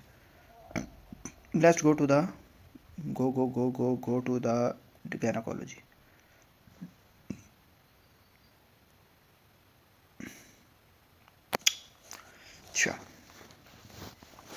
अच्छा, अब इसमें से आपके जो इम्पोर्टेंट टॉपिक्स हैं वो आपके यही हैं कि आपको जो सा वो, एक मिनट, चलो जी। Next start with the gynaecology में सारे बड़े इंपॉर्टेंट हैं, सारे टॉपिक्स बहुत इंपॉर्टेंट हैं। और इसमें जो इम्पोर्टेंट है, पहला आपका नॉर्मल मेंस्ट्रुअल साइकिल है। आई थिंक मतलब पास्ट हिस्ट्री के अंदर ऐसा कोई देखा तो नहीं गया, लेकिन एसोसिएट कर सकते हैं हम टॉपिक्स को मेंस्ट्रुअल साइकिल के साथ कि इनमें से ये आया हुआ है। नॉर्मल मेंस्ट्रुअल साइकिल के अंदर आपने ये जो सा टेबल है वो आपने नहीं भूलना कि एल एच सर्च जो होता है वो कब हो सकता है, विच मेलियस टू द एवोल्यूशन ट्रिगर। और इसके अंदर नॉर्मली जो साइकिल होता है वो हाइपोथैलेमस, पिट्यूटरी, ओवरियन और एंडोमेट्रियम जो होता है वो मिलकर बना रहे होते हैं। और इसके अंदर आपको पता है कि आपका FSH होता है, यानी कि फॉलिकल स्टिमुलेटिंग हार्मोन, जो आपके फॉलिकल्स को ग्रोथ करवा रहा होता है, और फॉलिकल्स से आपके क्या बन रहे होते हैं, एस्ट्रोजन जो होते हैं वो बन रहे होते हैं, ठीक है। और मिड साइकिल जिसको हम कहते हैं एलएच सर्ज, जो आपका एवोल्यूशन जो सा करवा रहा होता है आफ्टर द 14 डेज़। एवोल्यूशन के बाद आपका जो है 22 वीक्स में आपका जाके 22 डेज़ के बाद जो है तो आपका प्रोजेस्टेरोन हाई होता है, ठीक है ना। और प्रोजेस्टेरोन डोमिनेंट होता है और एंडोमेट्रियम की जो है इम्प्लांटेशन के लिए रेडी होता है। अगर नहीं होता तो फिर वही प्रोसेस जो होता है वो होना स्टार्ट हो जाता है। लेकिन अगर प्रेगनेंसी हो फिर उसके बाद आपको प्रोजेस्टेरोन हाई हो जाता है। और अगर प्रेगनेंसी ना हो तो एस्ट्रोजन प्रोजेस्टेरोन जो है वो गिर जाते हैं और फिर आपके एंडोमेट्रियम शेड हो जाती है और उसके बाद आपका दोबारा से फिर वही स्टेज स्टार्ट हो जाती है। Follicular phase length and varies more than luteal phase, आपको पता है कि ये आपका 14 डेज़ का ही रहता है। और उसके अलावा जो फोलिकल फेस है वो आपका बढ़ता या कम होता रहता है, ठीक है। उसके अलावा आपका जो सबसे पहले इसीलिए आप है कि आपका फॉलिकल जो है वो बनता है, फिर उसके बाद जो है वो एग रिलीज़ होता है, फिर उसके जो यूट्रस है उसकी लाइनिंग जो होता है वो रेडी होती है उसके लिए। लेकिन अगर वो नहीं होता, प्रेगनेंसी ना हो, तो जो लाइनिंग होती है वो क्या हो जाती है, शेड हो जाती है, ठीक है। ये आपने एक दफ़ा देख लेना। प्रिकॉशस पुबर्टी ऑलरेडी आपने पढ़ा होगा। प्राइमरी एमेनोरिया की तरफ आए तो प्राइमरी एमेनोरिया क्या होता है, मतलब कि पेशेंट को आपके पास से प्रेजेंट करो तो उसे एक दफ़ा भी मेंसेस ना आए हो, यानी कि उसकी प्यूबर्टी की स्टेज से लेके अब तक जो सा है वो उसको पीरियड्स ना आए हो, ठीक है। तो सबसे पहले आपने जो सा होता है वो आपने देखना होता है प्राइमरी एमेनोरिया के अंदर कि आइदर उसकी एज है या नहीं है। इसके अलावा उसके स्टैंडर्ड सेक्सुअल कैरेक्टरिस्टिक्स देखने होते हैं कि उसके जो ब्रेस्ट हैं वो डेवलप हुए हैं या नहीं हुए, यूट्रस जो है वो प्रेजेंट है या नहीं है, साइक्लिक जो पेन है वो साइक्लिक पेन है या नहीं है। इसके अलावा जो है वो शॉर्ट स्ट्रेचर तो नहीं है, ठीक है ना, या उसके अंदर जो टर्नर सिंड्रोम वाले जो से फीचर्स हैं वो तो नहीं है, ठीक है, जिसके अंदर वो फीमेल होती है लेकिन होते हैं उसके अंदर मेल सेक्सुअल कैरेक्टरिस्टिक्स होते हैं, ठीक है। फिर डिलेड प्यूबर्टी का ये होता है कि अगर मोर देन 13 जो है तो वो अगर ना हुई हो तो इट मीन्स कि जो प्यूबर्टी है उसको क्या है, डिले है, ठीक है। तो इसके अंदर आपने ये सारी चीज़ें प्राइमरी एमेनोरिया के अंदर देखनी होती हैं। और आपके पास पेशेंट कैसे आएगा, 16-year-old girl has normal breast development but no uterus no imaging classing suggest as Mullerian agenesis, short adolescence with webbed neck Turner syndrome की सारी जो होता है वो फीचर्स हमें देखने को मिल रहे होते हैं, ठीक है ना। तो अगर ब्रेस्ट नहीं है तो इसका मतलब है एस्ट्रोजन जो सा इशू बन रहा है या गोनाडल या सेंट्रल जो सा वो प्रॉब्लम आ रहा है। और अगर ब्रेस्ट है और यूट्रस नहीं है तो इट मीन्स आपको मुलेरिनेजेनेसिस है या एंड्रोजन सेंसिटिविटी है। और अगर साइक्लिक पेन है बट मेंसेस नहीं हो रहे तो इसका मतलब है आउटफ्लो ऑब्स्ट्रक्शन है, ठीक है। और सेकेंडरी एमेनोरिया के अंदर क्या है कि आपको पहले पीरियड्स थे, यानी कि इसके अंदर तो आपके प्राइमरी एमेनोरिया के अंदर जो आपके पीरियड्स हैं वुमेन के अंदर वो पीरियड्स हुए हुए ही नहीं, ठीक है ना, अंटिल द प्यूबर्टी एज, मतलब प्यूबर्टी एज के बाद भी नहीं हुए। लेकिन सेकेंडरी एमेनोरिया के अंदर कि पहले उसको पीरियड्स हुए थे लेकिन अब जाके पिछले 3 से 6 महीने के ड्यूरेशन में जो सा तो उसको पीरियड्स नहीं हुए, इसको कहते हैं सेकेंडरी एमेनोरिया, यानी कि दूसरी दफ़ा वो आई है और उसका पीरियड नहीं हो रहा और महीनों यानी 3 से 6 महीने तक नहीं है। अब उसके अंदर रीज़न क्या हो सकती है, प्रेगनेंसी फर्स्ट डायग्नोज जो हमने देखना होता है, या उसके अंदर पॉलीसिस्टिक ओवरियन सिंड्रोम जो होता है वो तो नहीं हो रहा, हाइपोथैलेमिक स्ट्रेस तो नहीं हो रहा, प्रोलैक्टिन एक्सेस तो नहीं हो रहा। प्रोलैक्टिन एक्सेस जब होता है तो आपको पता है कि ग्रोथ हार्मोन रिलीजिंग हार्मोन जो सप्रेस कर देता है, थायराइड की कोई डिजीज़ वगैरह तो नहीं हो रही कि हाइपोथायराइडिज्म हो रहा हो। और उसके साथ साथ आपको थायराइड रिलीजिंग हार्मोन या थायराइड स्टिमुलेटिंग हार्मोन, फिर उसके साथ प्रोलैक्टिन रिलीज़ हो रहा हो, पीसीओएस या ओवरियन फेलियर इंट्रायूटेराइन एडिशंस वगैरह तो नहीं हो रहे। आपने जो है वो सारी चीज़ें देखनी होती है कि ओवरियन इंसफिशिएंसी तो नहीं है, आयरन सिंड्रोम वगैरह तो नहीं है। अगर गैलेक्टोरिया है तो आपने प्रोलैक्टिन का जो है सोचना है कि प्रोलैक्टिन ज़्यादा इंक्रीज़ हो रहा है। अगर वेट लॉस है, एथलीट है या स्ट्रेस है तो उसकी वजह से हाइपोथैलेमिक एमेनोरिया हो सकता है, ठीक है, स्ट्रेस की वजह से। अगर पेशेंट के अंदर ये कंडीशन होती है हॉट फ्लशेस की तो उससे वजह से आपको इशू होता है कि it is a suggest the ovarian failure या ओवरियन इंसफिशिएंसी। ये बड़ा इंपॉर्टेंट पॉइंट, अगर कहीं पे आप देखें तो आपने ओवरियन इंसफिशिएंसी या ओवरियन फेलियर की तरफ जाना है। तो सेकेंडरी एमेनोरिया के अंदर आपने सबसे पहले जो जाना है वो आपने प्रेगनेंसी की तरफ जो है तो वो जाना होता है। फिर उसके बाद आपने हार्मोन्स ओवरीज या फिर आपने यूट्रस का सोचना है। सबसे पहले आपने क्या करवाना होता है, आपने सबसे पहले प्रेगनेंसी की तरफ जाना है। तो आपने जो सा वुमेन है, मिस्ड पीरियड है, नोजिया है, ब्रेस्ट टेंडरनेस है फॉर प्रेजेंट फॉर एमेनोरिया, तो आपने क्या करवाना है, pregnancy test. Runner with low BMI stress fracture, यानी कि वही हिस्ट्री कि अगर आप एथलीट है तो absent periods with low gonadotropin drive suggest the functional hypothalamic amenorrhoea. फिर आ जाता है प्राइमरी डिस्मेनोरिया, यानी कि पेन होना, पेनफुल पीरियड्स होना विदाउट एनी पेल्विक डिजीज़, ठीक है। अब होता किस वजह से है कि जब भी आपका जो पोस्टाग्लैंडिन्स होता है वो आपकी ज़्यादा होता है, वो आपकी जो यूट्रस है उसको ज़्यादा क्या कर रहा होता है, कॉन्ट्रैक्ट करता है, ठीक है। जब आपकी यूट्रस जो होता है वो ज़्यादा जो है वो कॉन्ट्रैक्ट करता है तो उसकी वजह से आपको क्रैम्पिंग या क्रैम्पी जो पेन होता है वो होना स्टार्ट हो जाता है, ठीक है ना। तो इसके ये स्टैंडर्डली एक पेन होता है जिसे हम कहते हैं प्राइमरी डिस्मेनोरिया। अब यूजुअली जो है वो एडोलसेंस के अंदर स्टार्ट होता है और आफ्टर जो है ओव्यूलेटरी साइकिल जो होता है वो आपका स्टार्ट होता है और पेन मेंसेस के साथ स्टार्ट होता है और या उससे थोड़ा सा पहला जो है स्टार्ट होता है, लेकिन एक्सट्रीम जो है वो पेन होता है। तो इसके अंदर हमने जो है एनासिड्स वगैरह देनी होती है, ठीक है। तो प्राइमरी डिस्मेनोरिया पेनफुल स्टिमुलेशन हो रहे होते हैं कॉज बाय प्रोस्टाग्लैंडिन जो मैंने बता दिया, pain began near the menses या क्रैम्पी एब्डोमिनल पेन, एनर्जेटिक वगैरह हार्मोनल कॉन्ट्रासेप्शन हम दे सकते हैं, ठीक है। फिर टीनेजर अब आपके पास आई है क्रैम्पी पेन के साथ first day of menses with normal exam और नो डिस्मेनोरिया, सजेस्ट हमने करना है प्राइमरी डिस्मेनोरिया। आज फर्स्ट लाइन तक तो हमने एनासिड वगैरह देनी होती है। यार ये इतना कोई टिपिकल नहीं है, ये शॉर्ट टॉपिक्स हैं, बट इसके एमसीक्यूज जो सब आपने कर लेने हैं बस, ठीक है। जो इंपॉर्टेंट है ना वो आगे जाके आपका कॉन्ट्रासेप्शन, यार इतना इंपॉर्टेंट टॉपिक है, वो आपने डिटेल से करना है कि वो आपको आता हो, या आपकी जो मतलब बाकी जितने भी गायनाकोलॉजी के टॉपिक्स हैं ना वो बहुत नॉर्मल है, शायद मैंने पढ़ी हुई है शायद इसलिए, लेकिन आपके लिए भी नॉर्मल है अगर आप इस एमसीक्यूज को समझ जाएँ तो, ठीक है। सेकेंडरी डिस्मेनोरिया जो होता है वो पेनफुल होता है, पेनफुल पीरियड्स होता है बिकॉज ऑफ एंडोमेट्रियोसिस या एडिनोमायोसिस की वजह से, फिब्रॉइड्स की वजह से, या पेल्विक इन्फ्लेमेटरी डिजीज़ की वजह से, ठीक है। और इसके अंदर जो कंडीशंस होती हैं वो आपको सजेस्ट करती हैं कि आइदर इज एंडोमेट्रियोसिस या आइदर इज एडिनोमायोसिस। ये दो इंपॉर्टेंट टर्म्स होती हैं, आपने याद रखना, और ये दोनों पॉइंट्स आपने याद रखने हैं। अगर आपको हो रहा है डिस्मेनोरिया विद इनफर्टिलिटी, सो आपने याद रखना है एंडोमेट्रियोसिस, ठीक है। अगर आपको हो रही है heavy bleeding with enlarge tender uterus, heavy bleeding with enlarge tender uterus, तो आपने क्या करना है एडिनोमायोसिस आपने याद रखना है, ठीक है। अब नॉर्मल पेल्विक फाइंडिंग्स आपने देखनी होती है।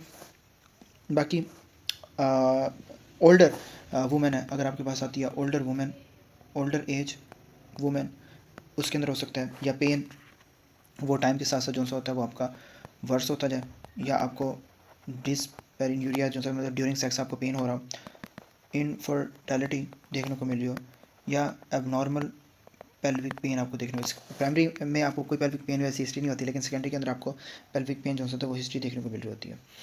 फिर आ जाते हैं आपके अबनॉर्मल यूट्राइन फाइंडिंग्स, उसके अंदर आपको नॉर्मल टाइमिंग या ड्यूरेशन से हट के आपको जो सा होता है वो आपको यूट्राइन जो सा ब्लीडिंग देखने को मिल रही होती है, ठीक है ना। इसके अंदर आपको पोलिप पाम क्वीन के नाम से अल्हम्दुलिल्लाह पाम, या आपने निमोनिक पढ़ लेना पाम क्वीन के नाम से, यानी कि पोलिप, एडिनोमायोसिस, लियोमास या मेलिग्नेंसी, ये हो सकता है। फिर क्वीन में आपका menstrual cycle, non structural coagulopathy, ओवुलर डिसफंक्शन, एंडोमेट्रियल एट्रोजेनिक, ये कंडीशन हो सकती हैं। तो पाम क्वीन के नाम से आपने याद रखना होता है which is the cause of abnormal uterine bleeding. आपको कोई पोलिप हुआ, एडिनोमायोसिस हुआ हो, लियोमा हुआ हो, ठीक है ना, और मेलिग्नेंसी हुई हो, या आपको कोई ना कोई स्ट्रक्चरल एबनॉर्मलिटी देखने को मिल रही हो, ओवुलर डिसफंक्शन देखने को मिल रहा हो, तो रिप्रोडक्टिव एज में जो होता है वो ब्लीडिंग में आपका पहला स्टेप होता है कि आपने जो प्रेगनेंसी है उसको रोल आउट करना है, और हैवी रेगुलर ब्लीडिंग को जो है वो देखना होता है। हैवी रेगुलर ब्लीडिंग में आपको क्या होता है, आपका फिब्रॉइड्स भी हो सकता है और एडिनोमायोसिस भी हो सकता है, जो मैं आपको ऊपर पढ़ा के, ठीक है। तो अपने प्रेगनेंसी को सबसे पहले रूल आउट करना है। फिर इनवॉल्यूटरी साइकिल्स में इरेगुलर ब्लीडिंग देखनी होती है, हैवी रेगुलर ब्लीडिंग है तो अपने फिब्रॉइड या एडिनोमायोसिस की तरफ जाना है। ओल्डर एज सबसे ज़्यादा जो होता है वो हो सकती हैं, और पाम को इनको आपने लाजमी अपने देखना होता है। फिर आ जाते हैं आपके contraception. Contraception is very important कि अगर प्रेगनेंसी को जो है आपने प्रिवेंट करना है, अगर आपने नहीं करना तो आप कॉन्ट्रासेप्शन का यूज़ कर सकते हैं। अब उसके अंदर आपके बैरियर मेथड्स भी होते हैं, हार्मोनल भी होते हैं, इंट्रायूट्राइन भी होते हैं, फर्टिलिटी अवेयरनेस आ सकती है, इमरजेंसी भी आ सकती है, सारी चीज़ें हो सकती हैं।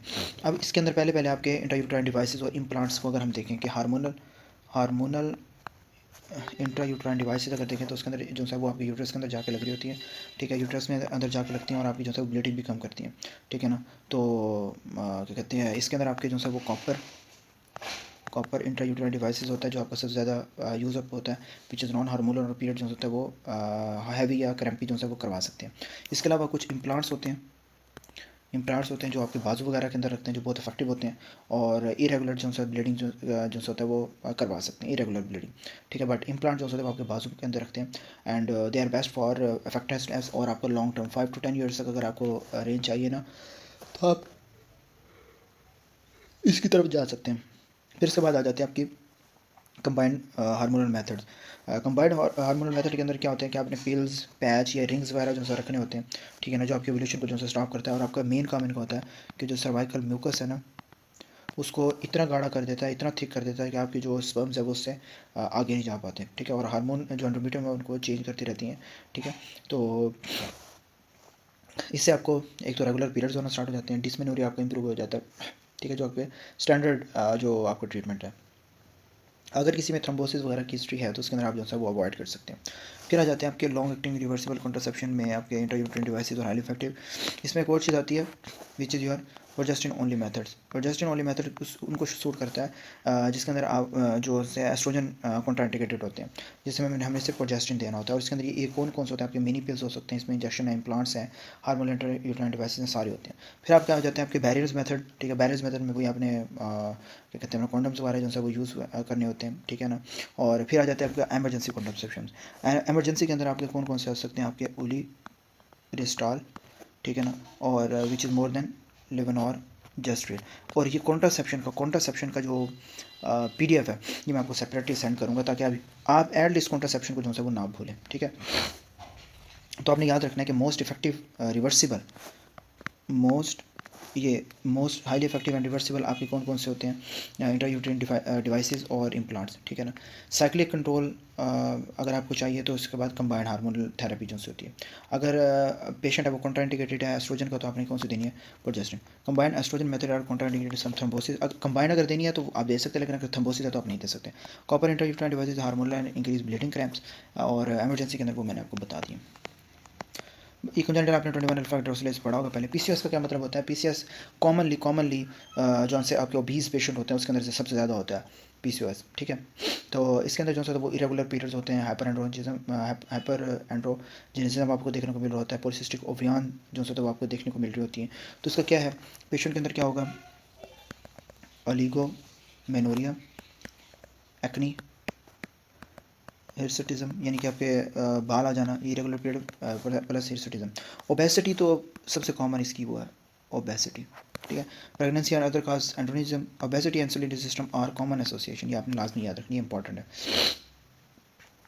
Unopposed oestrogen risk, intermediate risk and weight loss and cyclic regulation और बेसिक मैनेजमेंट थीम्स, बिकॉज इसके अंदर ना पीरियड इरेगुलर इसलिए होते हैं बिकॉज ऑफ क्रोनिक एनोवल्यूशन, ठीक है ना। क्रोनिकली जो से बिकॉज ऑफ आपका लॉन्ग टर्म एनोवल्यूशन है, तो उसकी वजह से आपके पीरियड जो है वो इरेगुलर हो जाते हैं। और एंडोमेट्रियल रिस्क इसलिए होता है because of unopposed oestrogen, oestrogen होता है वो आपका रिलीज होता है, तो उसकी वजह से एंडोमेट्रियम थिक रहती है, जिसकी वजह से आपको एंडोमेट्रियल रिस्क बढ़ जाता है।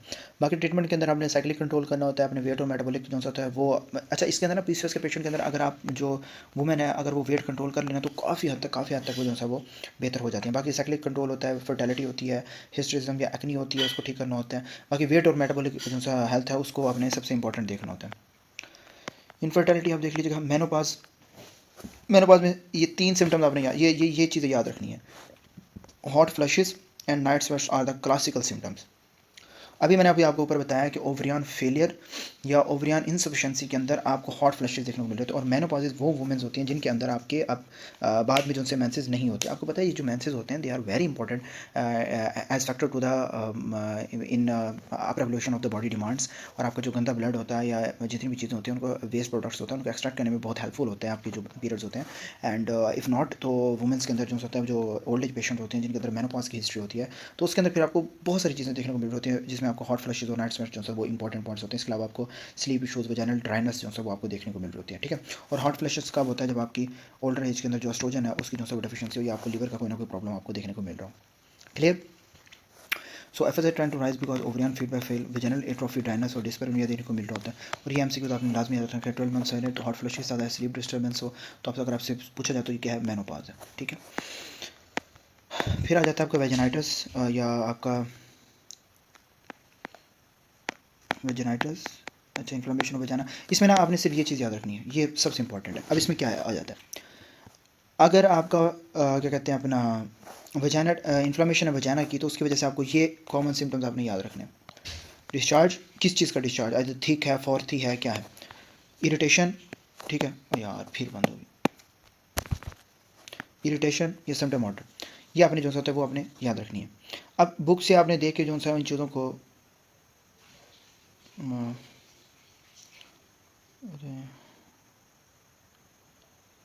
अच्छा एक मिनट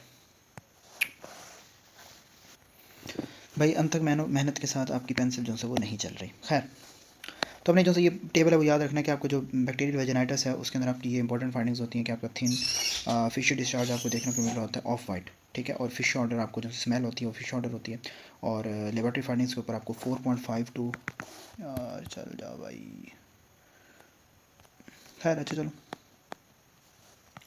14 जो है वो आपको आपकी pH जो होती है वो 4.5 to 7 आपको देखने को मिल रही होती है। और इसके अंदर जो क्लू सेल्स होते हैं वो होते हैं वाइट माउथ और पॉजिटिव विफ टेस्ट जो आपको देखने को मिल रहा होता है।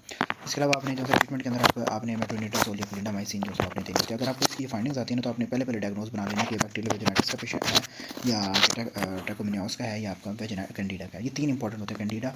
कैंडिडा आपका इंपॉर्टेंट होता है, ठीक है, और इसके अलावा आपका ट्रैकोमोनास भी इंपॉर्टेंट होता है।